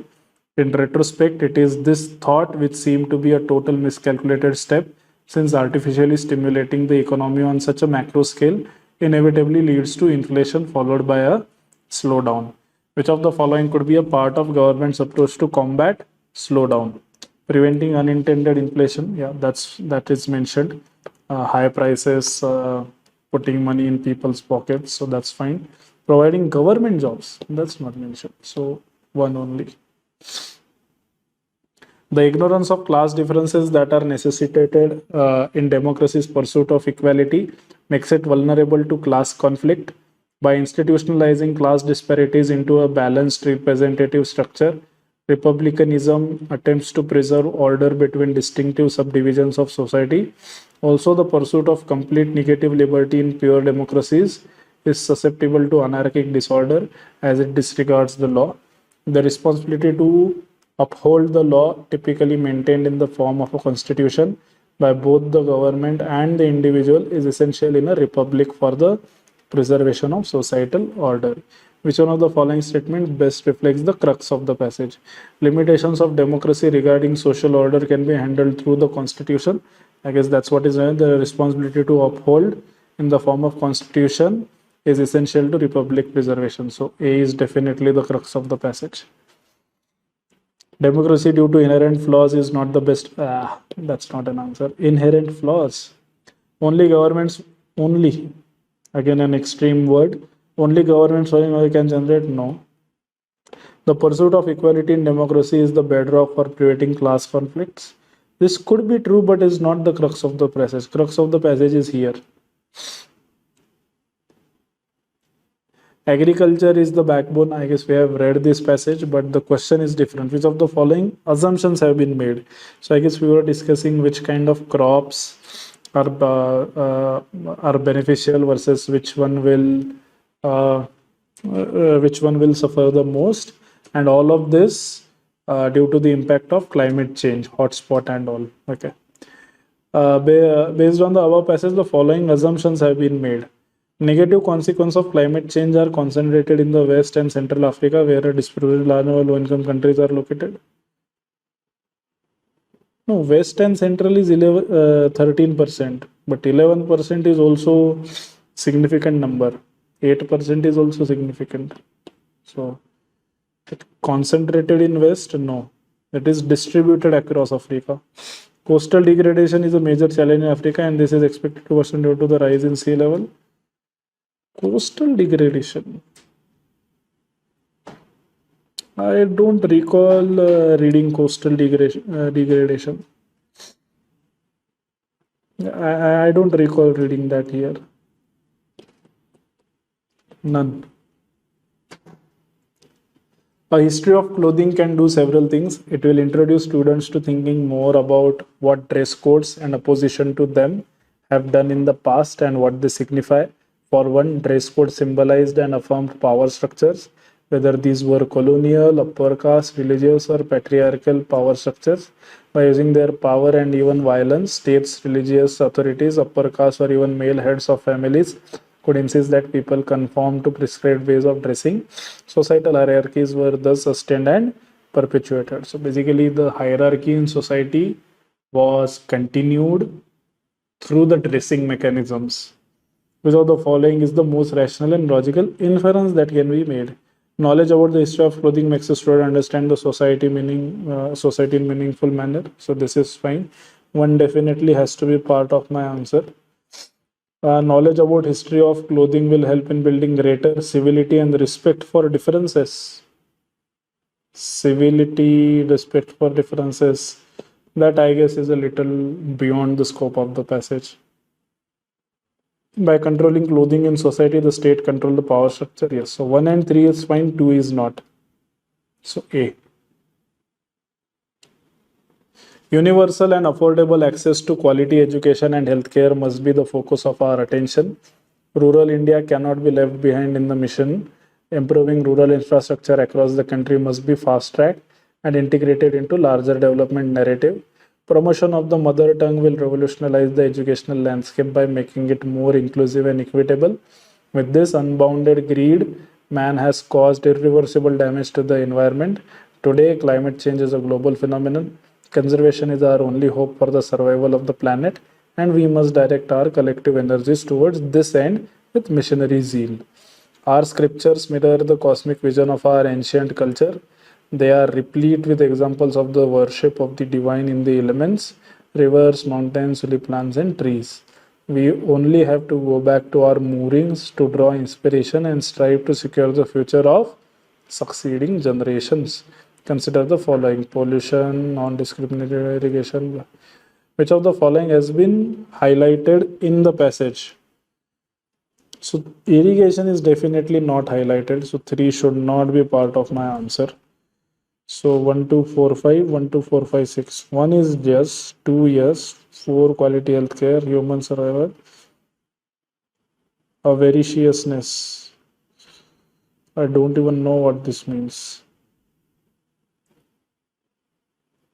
What is avariciousness?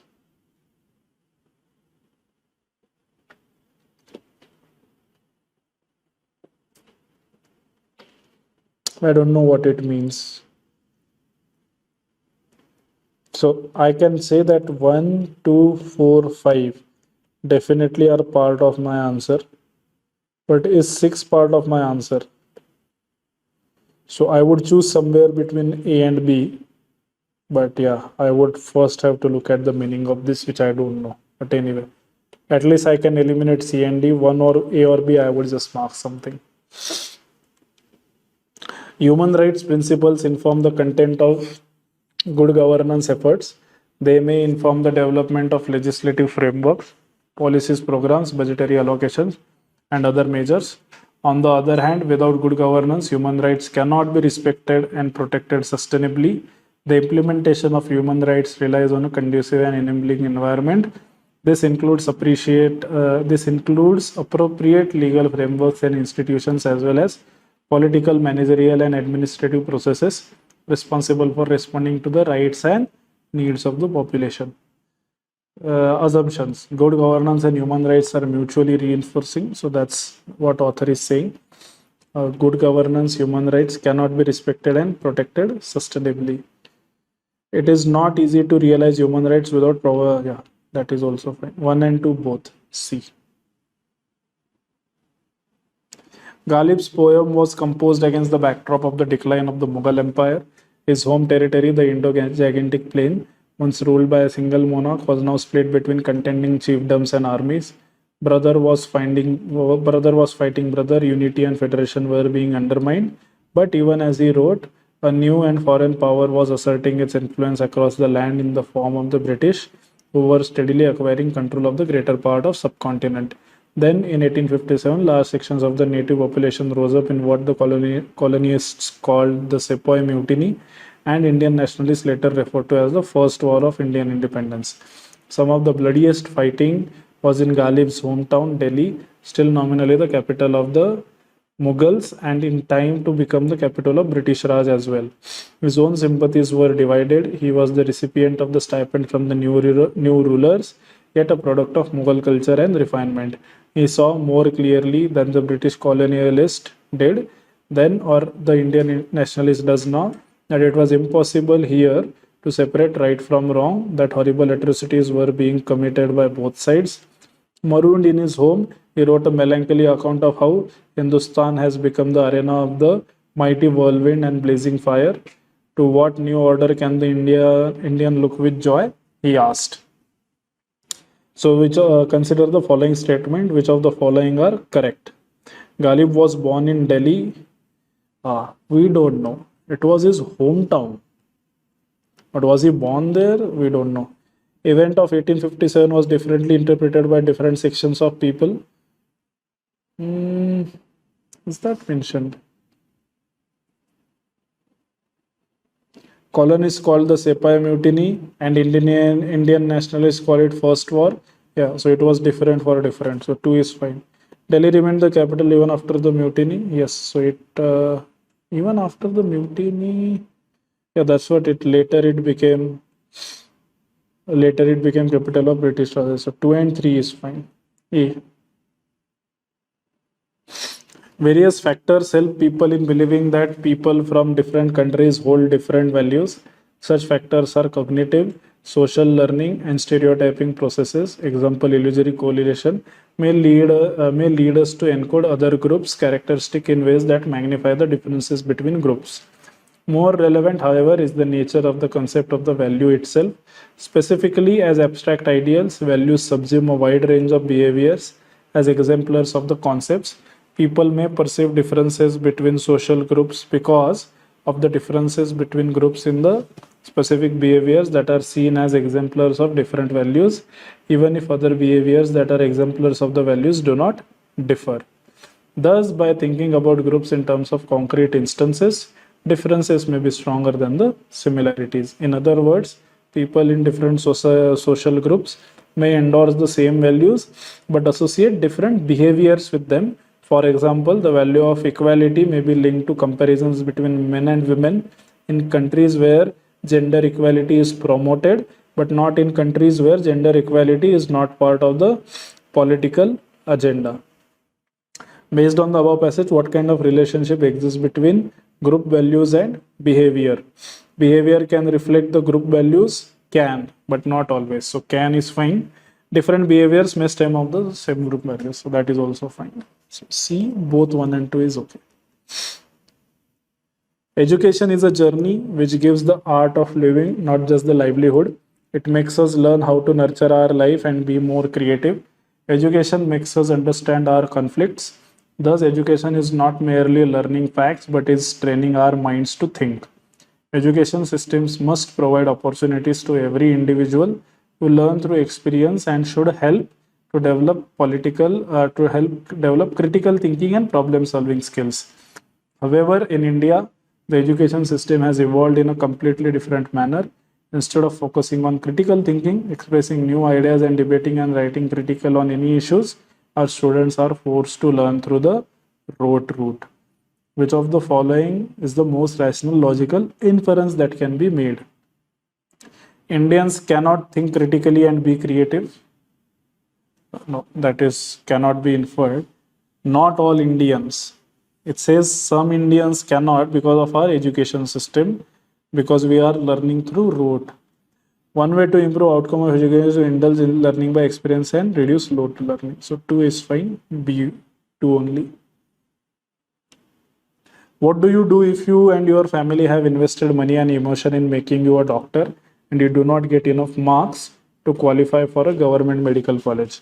Many such students used to settle for a bachelor in dental surgery degree. This led to a mushrooming of dental colleges of dubious quality, and India produced far more dental surgeons than were in demand. Subsequently, several of those colleges shut down. The only option then is to do MBBS in a country that one can afford. A situation of high demand coupled with a student unfriendly system is designed for the entry of middlemen. As soon as you register with a coaching agency or the NEET results are out, you are bombarded with the offers from agencies ensuring seats in Nepal, Mauritius, Ukraine, Russia, China, and so on. Parents are lured into spending their hard-earned savings by middlemen who paint a rosy picture of the scenario in these countries. Even after this, These students often fail to clear the foreign medical graduate examination. This has a pass rate of 15%. Caught between parental pressure and an unfriendly system, the students have nowhere to go. Why do foreign medical university graduates have a pass rate of mere 15% in foreign medical graduate examination? Poor quality of education? No, that's not is mentioned. Standards of education different? Again, that's not. Parental pressure and unfriendly system. C. Biotechnology has brought advances in animal husbandry. Today's farm animals are larger and grow faster than their ancestors. Cattle, for example, are grazing animals. Their digestive systems has evolved to process grasses and other crops. Corn and other grains cause a cow's digestive system to become acidic. That makes it easier for dangerous bacteria such as E. coli to develop. Bacterial infections can be harmful to the cow and can also infect the milk and meat consumed by people. Antibiotics are spliced into the DNA of feed corn to prevent such infection. Antibiotics have been used since 50s to simulate cattle growth. Over time, this practice has led to the development of antibiotic-resistant bacteria in cattle and people. Many cattle are also given anabolic steroids or growth hormones to make them get bigger and faster. Which one of the following best implies suggestion? To prevent the creation of antibiotic-resistant cattle, there is an urgent need to reduce the use of antibiotics. That has been the debate for last few years. A is definitely. So if you know, sometimes when you give too much of antibacteria to any animal, over the period of time, what happens is the strong bacteria still survive and then they breed. So over the period, what happens is the new bacteria are not affected by the antibiotics. So they are called as antibiotic resistant bacteria.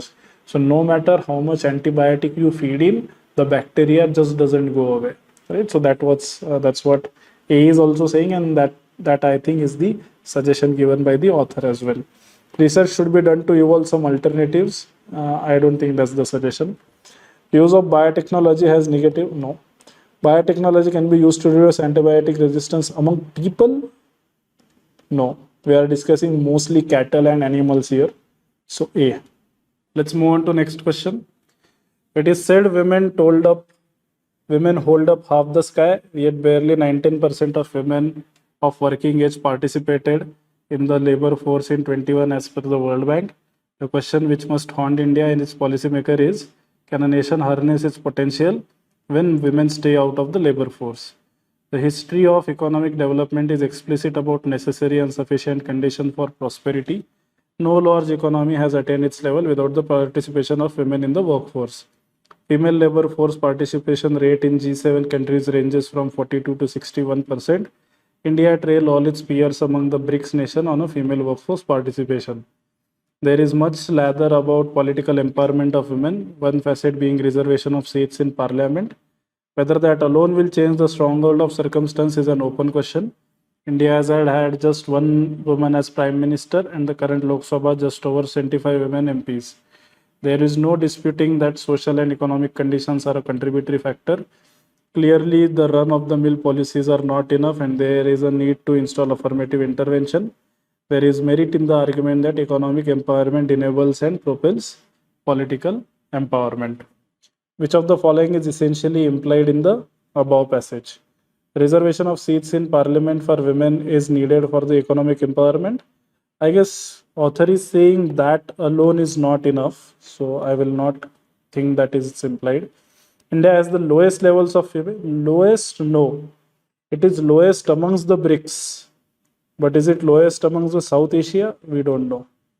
Participation of women in the workforce is necessary condition for prosperity. I guess that's what author is trying to say, that we need to improve the participation of women. India is expected to continue to have the largest number of, no, I guess C is fine.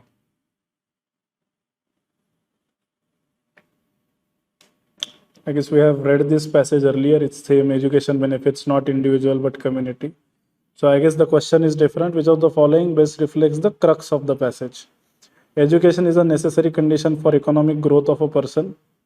Not only economic growth, and that too only a person. We are talking about individual to another, then society, and then country. A person cannot be successful. No, we don't know that. If you are educated, chances are you will be successful, but we don't know the other way around. An educated society is essential for poverty-free existence. No, a well-educated individual is valuable asset of the society. Yes, so D really. Within the freedom to choose those endowments that make us uniquely human, within the freedom to choose are those endowments that make us uniquely human. In addition to self-awareness, we have imagination, the ability to create in our minds beyond our present reality. We have conscience, a deep inner awareness of right and wrong, of the principles that govern our behavior, and a sense of the degree to which our thoughts and actions are in harmony with them. And we have an independent will, the ability to act based on our self-awareness, free of all other influences. Even the most intelligent animals have none of these endowments. To use a computer metaphor, they are programmed by instinct and or training. They can be trained to be responsible, but they can't take responsibility for that training. In other words, they cannot direct it, they cannot change the programming, they are not even aware of it. Okay. Which of the following is the most logical and rational inference that can be made from the above passage? If trained properly, animals can also exercise freedom. No. Animals act as per their instincts, so that is fine. Animals are capable of taking responsibility. No. Training can make animals. No. B. Animals act as per their instinct. Pesticides resistance is increasing, and farmers and other pest managers' dependencies on chemical insecticides have led to a high frequency of insecticide resistance in some crop systems. To fight pesticide resistance, and based on a knowledge of the genetics of the development of pesticide resistance, several principles must be adhered to for delaying the emergence of resistance or avoiding it entirely. These principles include pesticide rotation or switching, avoiding necessary pesticide applications, using non-chemical control techniques, and leaving untreated refuges where susceptible pests can survive. Which one of the following statements best reflects the central idea of the passage? Pesticide resistance can be avoided by following the principles of rotation, non-chemical control. No, central idea. That's not the central idea. Increasing pesticide resistance could lead to food security. Can I say that?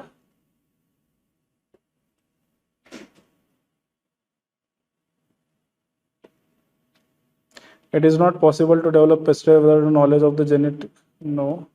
Biopesticide should be promoted as an alternative to chemical pesticide. That's not also the main idea. Pesticide resistance can be avoided by following the principle of. I guess I would go with A.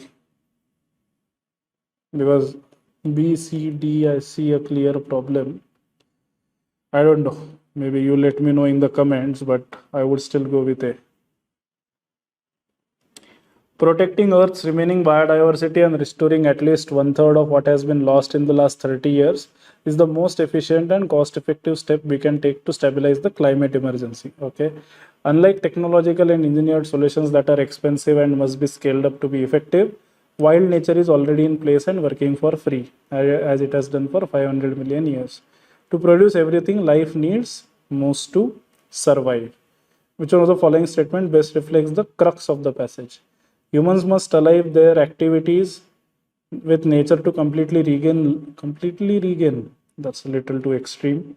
Man-made solutions for climate change are more effective. Nah. Climate emergency needs humans and nature's intervention. Yes, this is a positive option. Governments. Where are governments discussed? Across the globe should invest. No. C is fine.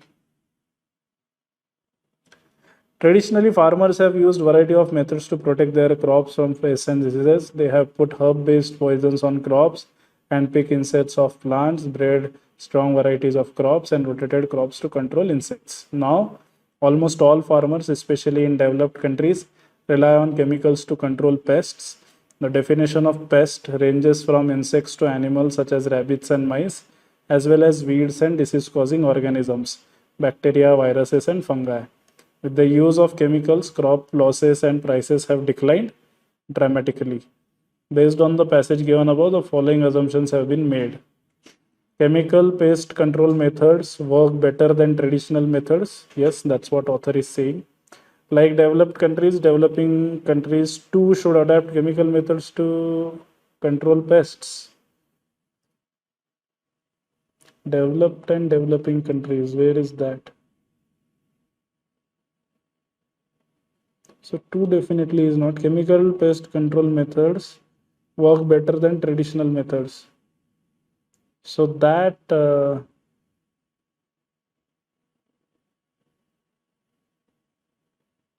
so developed countries rely on chemical pest, but developing countries too should adopt. That I don't know. So one I am fine. Yeah. Robots increasingly operate among people and they now work alongside us in factories and warehouses, share our streets and sidewalks, clean our homes, and care for the most vulnerable among us.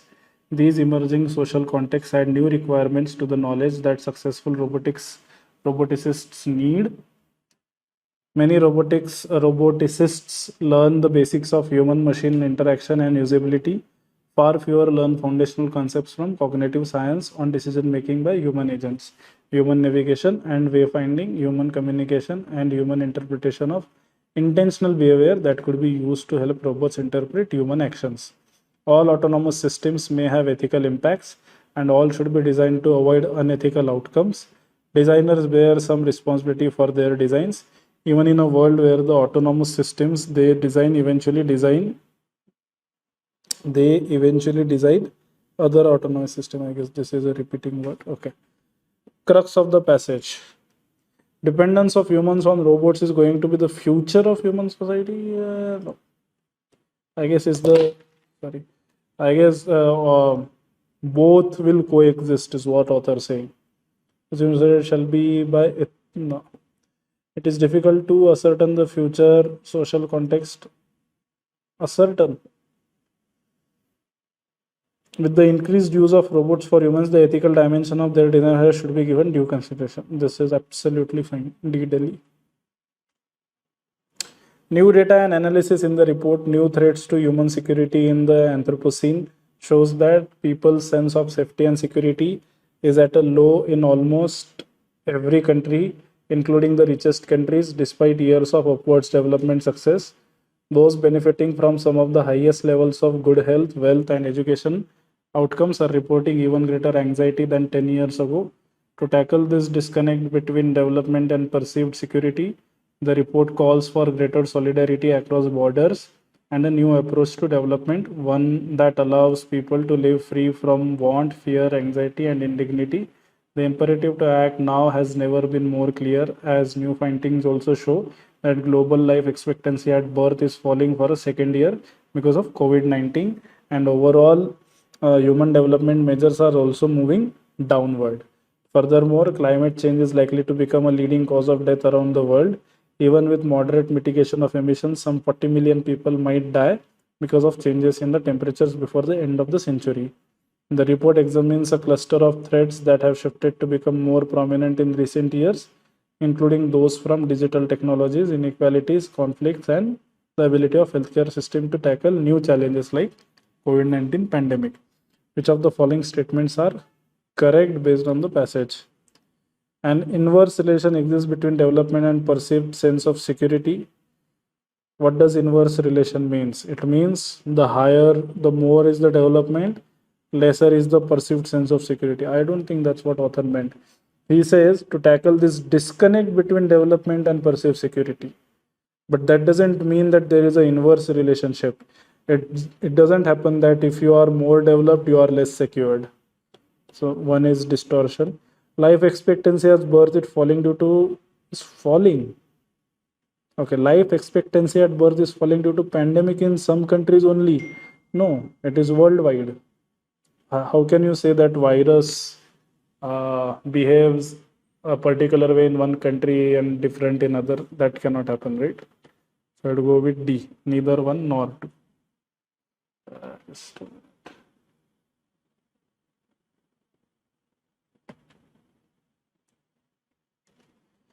India's structural transformation, particularly since 1991, has been slow and unique.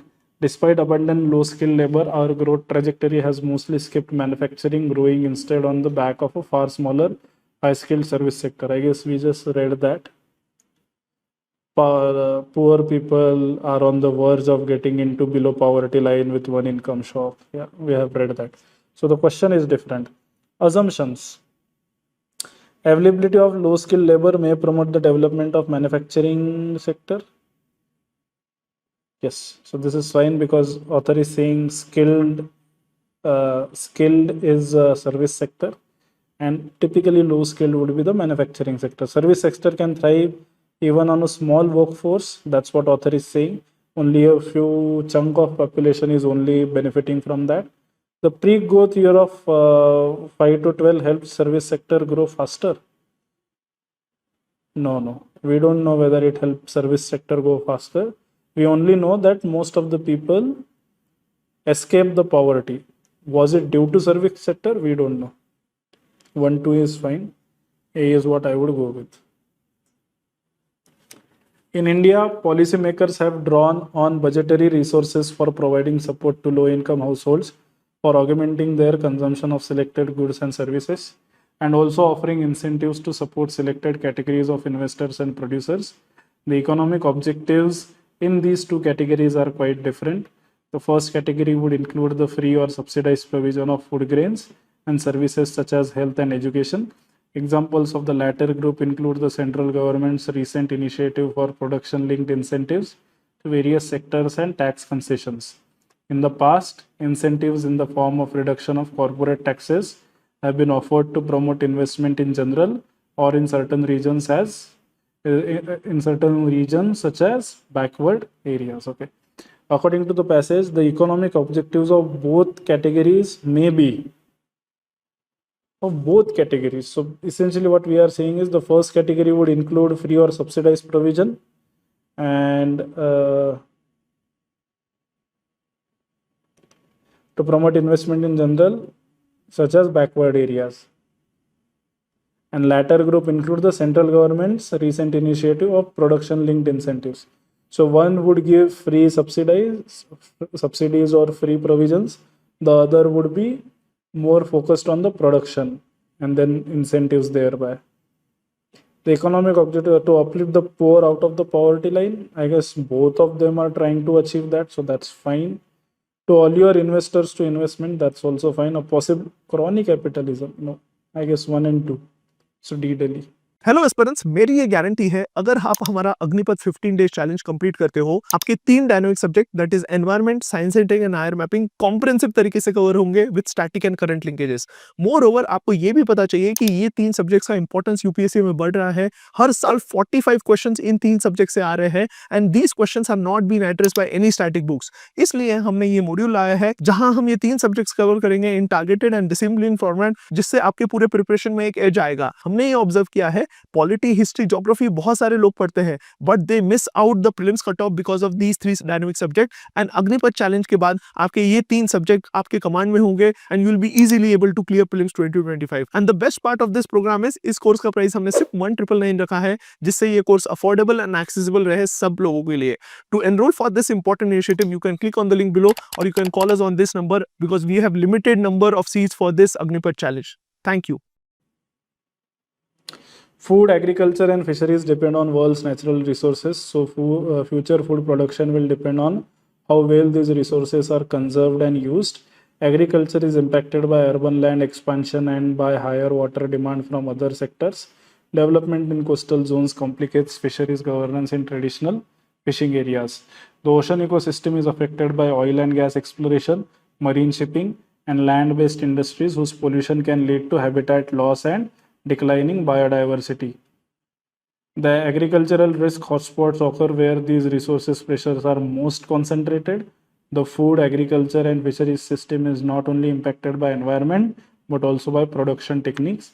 The excessive use of nutrients in agriculture has been a major source of water pollution and is estimated to have reduced biodiversity in rivers, lakes, and wetlands by about 1/3 globally. Okay. Inference. What inference can be made? Sustainable environmental resource governance is the most crucial factor for food security in future. No. Agricultural risk hotspot need to be identified and targeted efforts need to be made to bring out the danger. Yeah, so we need inference, need to be identified and targeted efforts. These resources are mostly okay. So we don't want to improve only the hotspots. Yes, those are the important ones. But eventually, author is saying that biodiversity in what we need to improve. Where is that? But also production techniques, blah blah blah. Biodiversity and food production depend not only on natural but also anthropogenic factors, which mean human induced factors, which is what this production technique means. So C is better option than B. Unsustainable practices in the food and energy system threaten only biodiversity? No. So D and A we can remove. Between B and C, either the hotspot need to be identified and targeted efforts need to be made to bring them out of danger. I guess C I can definitely infer that it's human induced factors as well, production techniques and all. So I guess I would still go with C. Permafrost peatlands, frozen carbon storing expanse of land in Europe and Western Siberia might be approaching their tipping point faster than expected. A new study warned by 2040, Northern Europe might become too wet and warm to support permafrost peatlands. The study published in Nature Climate Change added, peatlands are a class of wetlands which are ecosystems flooded with water. Waterlogged conditions limit microbial decay of dead plant materials rich in carbon dioxide. This prevents the reintroduction of gas into the atmosphere. Peatlands, which occupy only 3% of the global land surface, store twice as much carbon as all the world's forests, according to the United Nations Environment Programme. Some peatlands are buried under frozen ground or permafrost and exist as permafrost peatlands. They are found in the northern parts of Alaska, Canada, Russia, and parts of northern Europe, the researcher said. Data on parts of Canada and Siberia is still lacking, study lead author Richard Fuster told Down to Earth. Frozen wetlands in Europe and Western Siberia store up to 39 billion tons of carbon. This is equivalent to twice that is held by the whole of European forests. Huge stocks of peat carbon have been protected for millennia by frozen conditions, but once those conditions become unsuitable, all that stored carbon can be lost very quickly, Associate Professor of Biogeoscience at Leeds said. On the basis of the passage, consider the following statements. About peatlands, okay, they are a type of water body. Yes, water bodies that are frozen and store carbon. Ice protects peatland from degradation. Yes, C is fine. Atmospheric ozone has two effects on the temperature balance of the Earth. It absorbs solar ultraviolet radiation, which heats the stratosphere. It also absorbs infrared radiation emitted by the Earth's surface, effectively trapping heat in the troposphere. Therefore, the climate impact of changes in ozone concentrations varies with the altitude at which these ozone changes occur.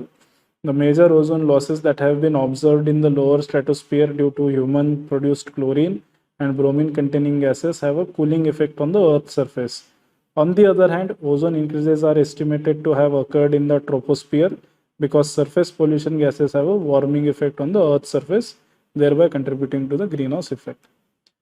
Inference that can be drawn. Climate impact of ozone changes is majorly seen in troposphere, effectively trapping heat in the troposphere. Therefore, climate impact of changes which occur in the lower stratosphere. Okay, so majorly seen in the lower stratosphere, not the troposphere. So one is gone. Stratospheric and tropospheric ozone losses affect the temperature balance on the Earth. I guess this is fine. That's what the whole thing is about.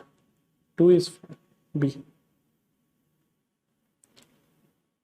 It has been proven time and again that when more women enter the workforce, economies grow faster. When women are empowered, the battle to eradicate poverty is more fruitful. Studies conducted in various nations have proven that there is a direct correlation between greater gender diversity and higher GDPs. We must ensure that all of India's women get equal access to education, equal access to opportunities, and equal pay at work. By empowering women, we increase their right to economic resources as well as their decision making powers. This in turn benefits their households and their communities. Women begin investing more in their children's education, the quality of human capital improves, and we as a nation reap the benefits of economic prosperity. How can we reap the benefits of economic prosperity? By improving the quality of human resource, yes. By increasing education penetration among the both boys and girls. See, this is fine. In cities, in high rises, not many of us know our neighbors anyway. Parents might not like cricket, friends might not share our interest in sports. The intrusion of others is probably not welcomed by all, especially for this generation which has grown up in bubbles for most things entertainment, online studies, social media. Even if paradoxically, the surety of lonely pursuits has reduced the quality of solitude. Which of the following statement best reflects suggestion conveyed by the passage? People should avoid living in cities? No. The author is not against cities, author is against the bubble that we live in or the solitude that we live in. In cities, people should become more socialized. So that's what author is trying to say. So this is fine. In search of loneliness, we have shortened the quality of shortened. No. Cities have become breeding ground for no. B. Bombay is fine. While infra is essential for creating safe and inclusive places, we cannot underplay the importance of changing mindsets. There is a need for the sensitization of students, teachers, and staff in all educational institutions from primary schools to universities on understanding and accepting queer and transgender folks. India has taken a step in the right direction by enacting the Transgender Persons Act, which speaks of the trans-inclusive education system wherein transgender students learn with other students without fear of discrimination, neglect, or harassment. Which one of the following best reflects the crux of the passage? With better ethos and proper implementation of the act, we can make a better world for transgender person even with poor infrastructure. That's not mentioned. Both infra and compassion are the keys for the betterment. So this is fine. With the help of the said act, transgender folks can make. See, just because there is an act, that doesn't make them empowered. You need something more than just mere act, which is here. Infrastructure, compassion. India needs to be better? No. B. Bombay is the answer. With the weakening of democracy, corruption is also on the rise, working hand in hand, feeding on weakened institutions and fundamentally unjust systems of power. Without effective protection, elections can be a central component in cycles of systemic corruption. This is increasingly true as even autocratic leaders use elections for some form of legitimacy for their rule. During elections, vote buying, bribery, and the abuse of state resources can be used to influence and coerce voters. To tackle the roots of political corruption and push back on autocracy, democratic actors must confront opaque and illicit political funding and spending, from influence peddling to state capture.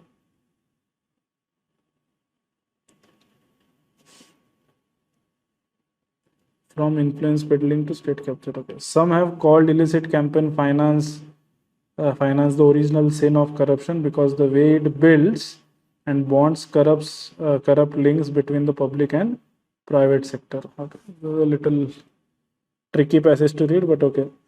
What does the author mean by original sin? Original sin is here. Some have called illicit campaign finance the original sin of corruption. Okay, so that basically means this is the first step, or rather the basis on which corruption is built on. Normally, autocratic leaders use elections to gain legitimacy. That's not the sin. Political funding by the private sector should be monitored by, again, that's not the sin. The issue of illegal campaign funding originally started with the No. Illegal funding of political parties by the private sector. Yes. That is the original sin. D. Delhi. Scientists might have a solution to growing concerns of climate change, hampering crop productivity. Researchers have identified genes in Africa's local food crops that can improve resistance to drought. Incorporating these genes through hybridization might improve crop yield that is affected by increasing global temperatures and heat waves. Countries like India and Pakistan are also likely to be affected by the prolonged heat waves, the United Nations Environment Programme estimated. The UN body is responsible for coordinating responses to environmental issues. Orphan crops are nutritious local food crops that could play a crucial role in combating hunger. These crops are not traded internationally but have adapted themselves to grow in harsh weather conditions. Africa's arid environment is not suited for crops like rice and maize. Orphan crops like finger millets, little millet, African yam bean, jojoba, and jatropha are commonly found on the continent. Which of the following is assumption and that are valid? Okay. Africa has the potential to fight hunger without dependence on other countries? No. Then why this program? Why such programs then? UNEP should promote the trade of orphan crops from Africa to other hunger affected continents.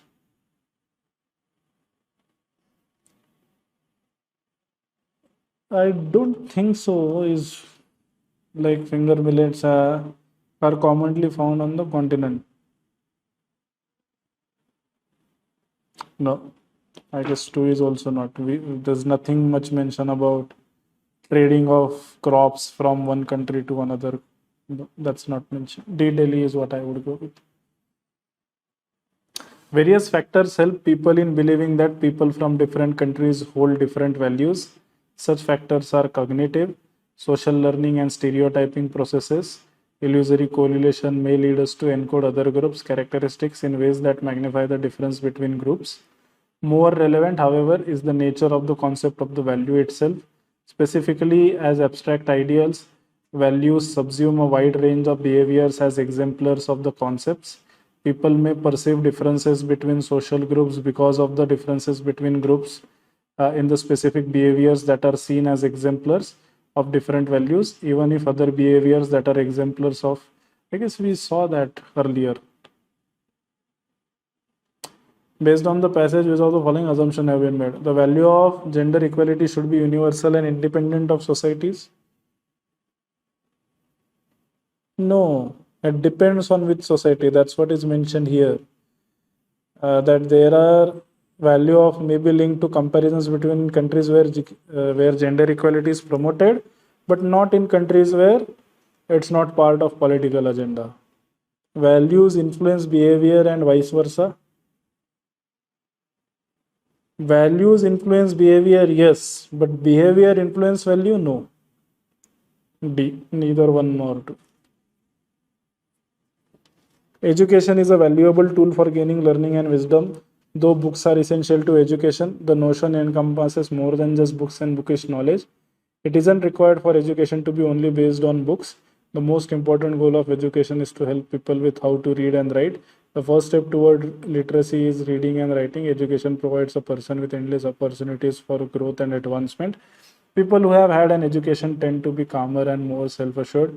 People who have been educated are disciplined and understand the importance of time. I guess we have read this passage also. Benefits of education: discipline, confidence, punctuality, yes. Enhanced economic participation of women, that is not mentioned anywhere. Technological literacy of the society, yes. So 1 and 3 definitely has to be part of my answer, and 2 should not be. So I guess D, Delhi. Improving the communication skill. Yeah. The wars of the 21st century will be to capture, manipulate, or destroy others' data.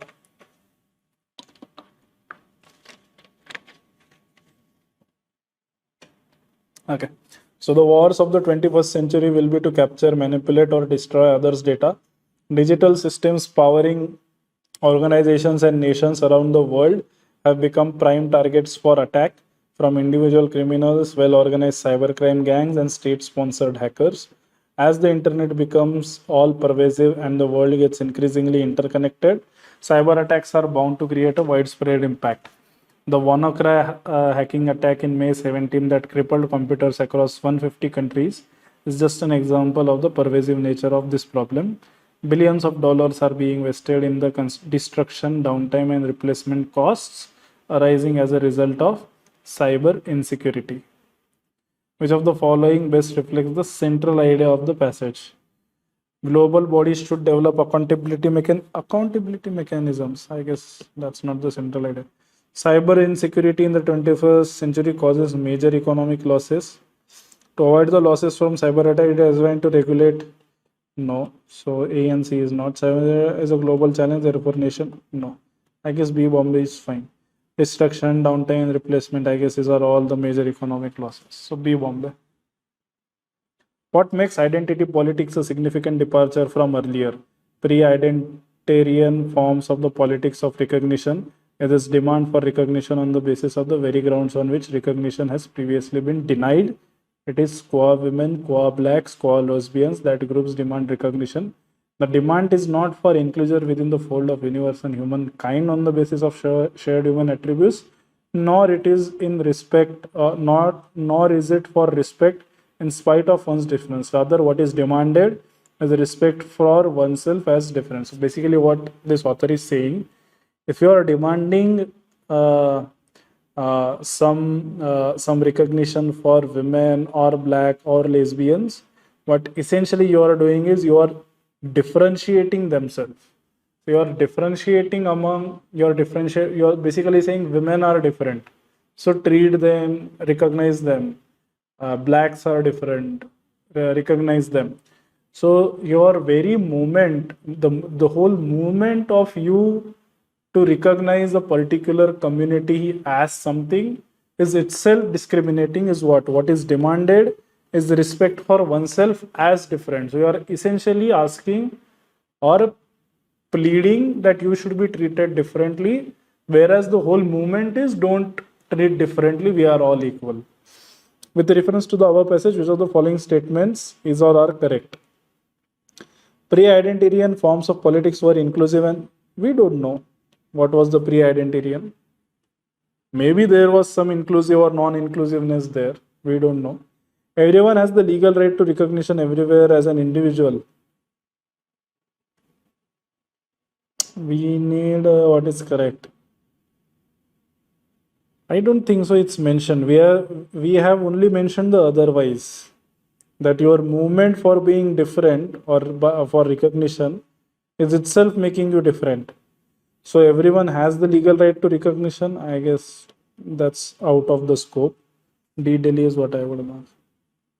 Globalization of culture contributes to the exchange of cultural values of different countries and the convergence of traditions.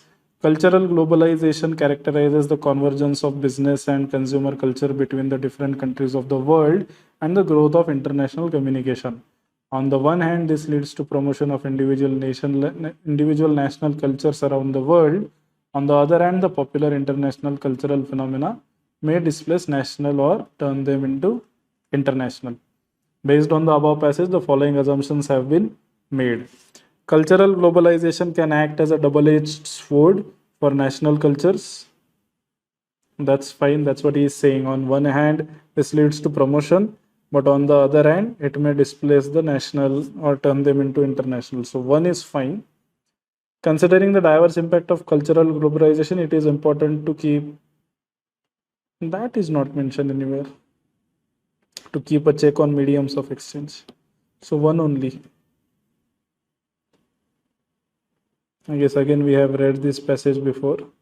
According to the passage, why did Keynesian approach to handle crisis fail? I can't recall what this was. Theories usually propagate substantial government spending. Yeah, so in the times of crisis, spend more money, but then that results in inflation, is what the author was trying to say. Inevitably leads to inflation followed by a slowdown. Yeah. According to why did why did the Keynesian approach to handle crisis fail? It requires huge government spending, but one didn't have. No, they had the spending and they spent, but it was wrong. It requires that the government should print money. No, that's again leads to inflation. The government transferred money to businesses. Yeah, no. It fails because it causes prolonged interference in natural market forces. Yeah, detail. Robots increasingly operate among people, and I guess we have read this one before as well. Which of the following assumptions have been made? There is a need for more learning in robotics regarding the interpretation of human actions. Yes, that's what author is saying. Designers bear some responsibility, and where far fewer foundational concepts from cognitive science by human agents, human navigation of international behavior that could use help robot interpret human actions. So we need some more research or studies to improve interpretation of human actions by robots. So one is fine. There should not be any confusion that ethical outcomes should be one of the priorities of the. That is definitely what author is saying, that we should be should be designed to avoid unethical outcomes. So 1, 2 both are fine. C is correct. Many of us wrongly assume that the board examination results provide a neutral assessment of a child's intellectual ability. A low score does not indicate a lack of knowledge about a subject. A student who is an excellent writer, for instance, might struggle to pick the right answer in a multiple choice grammar test. Similarly, it is easy to assume that students who score high in maths are good at processing information, reasoning, and abstraction, but that's not always the case. It is often seen that there is no correlation between memorizing attention span and the speed of processing information. Most times, high test scores simply mean excellence at low rote memorization and solving multiple choice questions. A board result should therefore be only seen as an additional data point on student learning. It should not occasion value judgments. Which of the following best reflects the most logical, rational, practical suggestion implied by the passage? We must not abandon. It's not that extreme. We should give complete freedom to children. No. Board examination marks should be counted as one of the, yes. Treat it as one of the outcomes. It's not the outcome. For each student, evaluation process should be different again. That's not practical. We also need practical. This is not practical. So C is fine. Since ancient times in India, Mother Earth has been considered a divine entity and her worship is an integral part of country's civilizational ethos. One can find numerous reverential references to Mother Earth in the Vedas. In tune with this divine knowledge, Indian farmers since ancient times have followed sustainable and holistic agricultural practices. With changing times and a growing population, agriculturists adopted modern scientific techniques. Extensive use of fertilizers and pesticides led to the deterioration of soil health and contamination of water bodies and the food chain, which pose serious health risks to people and livestock. According to passage, what has led to food chain contamination? Increased demand by food by growing population. That is definitely judicious use of fertilizers. No. How could that lead to chain contamination? That would actually avoid. So 1. A. It has often been said that art is the reflection of society. This is what some person, Y.M., a famous French philosopher, was able to defend. Artists are not isolated creators. Their work is the result of their relationship with the outside world. Often commenting on politics, power, or wealth, artists may or may not dialogue with human concerns, which are themselves strongly conditioned by the culture in which we live. Non-Western works too, such as African or Oceanian masks and totems, derive from this pattern. In recent decades, the connections between art and society have become more obvious. For example, photography and video began to capture reality, documenting it, staging it, and sometimes denouncing it. Pop art artists have seized on our symbols, and a new generation of artists uses their visibility to denounce, invective, or educate the public. Which one of the following statements best reflects the crux of the passage? Non-Western societies should learn how to make the best use of art in understanding societies. No. Non-Western, no. Societies must invest in promotion of arts for the propagation of their cultures. Nah, no. Artists should always keep away the bias of their own culture to understand society. Whether denounce in it. Just as a society grows, the art evolves with time to reflect the realities of society. I guess D is fine. D is more generic and it talks about every piece of work reflecting the society of the day in which it was created. So D is fine. You are what you eat, and similarly, you are what you think, and you are totally what you want to believe. Such is the power our minds have on who we are, what we do, how we behave, what choices we make, how we conduct ourselves, what mood we choose to be in and be consumed by, and how we allow others to see us, accept us, define us, and celebrate or shun us. According to author, which of the following options best explains who you are? A person's willpower? No. What we believe? You are totally what you want to believe. So yeah, what we believe. How we behave? No. How a person conducts himself? No. I guess B. Bombay. Digital communication has created an unprecedented social reality in which children can be approached without the knowledge of the adults who look after them. The sight of children playing on the street or in park like spaces had rarely become a has or had already become a rarity as sexual crimes became more common. As children receded from public view, they became subject to oppression through the so-called social media. Their exposure to violent videos, pornography, and terrorizing messages is common. Tech giants remove millions of such material as part of their content moderation exercise. It is a strange ritual for these very companies actively encourage children to participate in digital activity. Based on the above passage, the following assumptions have been made. Children in public spaces are susceptible to sexual crimes. I guess that's why author is saying that it has become a rare sight because of the rise in sexual crimes. So one is fine. Sexual crimes have receded in public spaces because of them being shifted online. No. We don't know that whether it has gone down or not. One is fine. A one only. The internalization of climate risk factors by banks is very much on the agenda, especially with RBI taking up the whatever this is. However, given the complexity of climate risk modeling, the biggest challenge for a bank would be to measure the impact of climate risk while undertaking lending and investment decisions and further integrate that risk into the existing risk and evaluation and valuation frameworks. According to a recent Bloomberg survey of European banks, most banks reported that they could only confine themselves to a qualitative assessment of climate risks during the loan approval processes, which could at best be considered subjective. The quantification of climate risk, albeit crucial, may require quality data that is not always available due to inadequate and at times inconsistent corporate disclosure. The second challenge that a bank faces is a dearth of standardized industry models to embed climate risk into the enterprise risk management framework.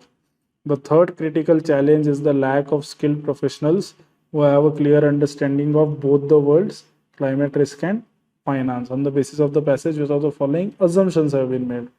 Traditional risk management approaches are not adequate. That's correct. That's what author is saying. Data is not always available due to inadequate and blah blah. The climate risk is compounded by mitigation related regulatory policies that impose high adjustment costs. Is compounded, which means you have higher risk if you have mitigation policies. No, this is exactly the opposite. 1A only. No. Plants could be selectively bred for certain qualities. In 1866, Gregor Mendel's studies in heredity were published in Austria. In experiments with pea plants, Mendel learned how traits were passed from one generation to the next. His work paved the way for improving crops through genetics. New crop rotation methods also evolved during this time. Many of these were adopted over the next century or so throughout Europe. For example, the Norfolk four-field system developed in England proved quite successful. It involved the yearly rotation of several crops, including wheat, turnips, barley, clover, and ryegrass. This added nutrients to the soil, enabling farmers to grow enough to sell some of their harvest without having to leave any land unplanted. Most of the world was not affected by these developments. However, farmers in Asia, Australia, Africa, and South America continued to use old ways of agriculture. With reference to the passage, the following assumptions have been made. Okay, the Europeans introduced plants such as potatoes, tomatoes, corn, and tobacco in Asia. How can we say that? I'm not really sure. By channeling water from streams into their fields, the farmers were able to increase the food grain production in Europe.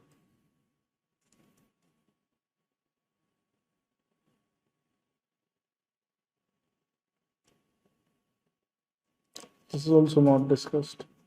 New agricultural methods have helped in increasing the soil fertility and production. Yeah, this added nutrients, and yeah, so 3 is fine. So 3 only. See. Poverty is hunger, poverty is lack of shelter, poverty is being sick and not being able to see a doctor. Poverty is not having access to school and not knowing how to read. Poverty is not having a job, fear for the future, and living one day at a time. Poverty has many faces, changing from place to place and across time, and has been described in many ways. Most often, poverty is a situation people want to escape.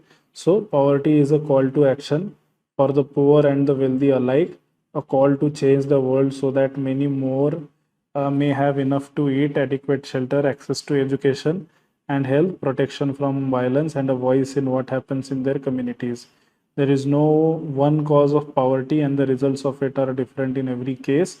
Poverty varies considerably depending on the situation. Feeling poor in Canada is different from living in poverty in Russia or Zimbabwe. The differences between rich and poor within the borders of a country can also be great. Despite the many definitions, one thing is certain: poverty is a complex societal issue. No matter how poverty is defined, it can be agreed that it is an issue that requires everyone's attention. Why, according to author, is poverty a complex issue? Inter-country and intra-country variations in dimensions of poverty. Yes, it requires everyone attention. That's why it's not. That's not the reason why it is complex. Poverty is much more than just not having enough money. Yeah. So 1 and 3. D. Ecosystem services, defined as the benefits to human welfare provided by organisms interacting in ecosystems, are considered to be at risk. Pollination by wild animals is a key ecosystem service. Crop pollination is commonly cited as an example of an endangered ecosystem service, as detailed studies of the crop pollination systems are incomplete or out of date. Animal pollination is important to sexual reproduction of many crops and the majority of wild plants, which can also be important for providing calories and micronutrients for humans. Furthermore, the decline of pollinating species can lead to parallel decline of plant species. Which of the following most rational and logical inference that can be made from the passage? To protect this ecosystem service, holistic contemporary research in crop pollination may help. Yes, that's what author is trying to say. Where is that? Ecosystem service, inference. So it will need research, yes, because he's saying that it's crop pollination are incomplete or out of date, animal pollination is important, and all of that. Loss of pollinator species can have great consequences for human nutrition. Yes, because we may not have the adequate, can lead to parallel decline in plant species. So I guess C, both 1 and 2. Not really sure about 1, but I think it's fine because it's inference, so it's okay. C. It is said that women hold up half the sky, yet barely. I guess we have read this passage. Let's look at question. What is the most logical inference that can be made? India should make provisions for longer maternity leave. Oh, I don't even know this word. Equal remuneration. Is that mentioned? Okay. India cannot harness revenue till the working age role is find. No. All countries with high levels of female labor have comparatively high. All? No. India is facing low political women due to both social and economic factors. I guess this is fine. D is fine. With an interconnected world, we might assume that today's children have higher EQ as compared to their predecessors, but the truth might be different. With the boom in technology, many children are glued to their screens and don't get to meet other children face to face.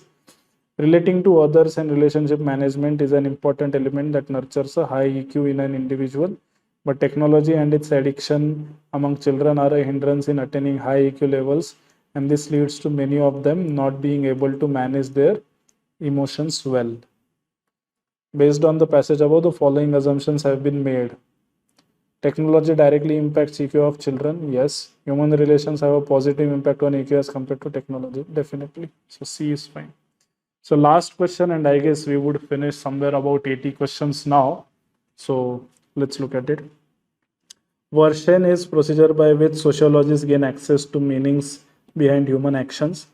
Version requires researchers to place themselves in the position of the individual they observe to see and comprehend the meanings behind the person's action and meanings attached to the motivation, purposes, or outcomes of their actions. This becomes important as actions can have different meanings in different cultures and societies. Without proper investigation, one is at a risk of misinterpreting the data collected. A good example would be body gestures like handshakes, hugs, waving, and clapping, among others, in different culture. Which one of the following best reflects the crux of the passage? Version can be used to predict human actions in future. Not exactly, but you can be in the shoes of someone and try to see what are you are thinking. But will that actually be the future? We don't know.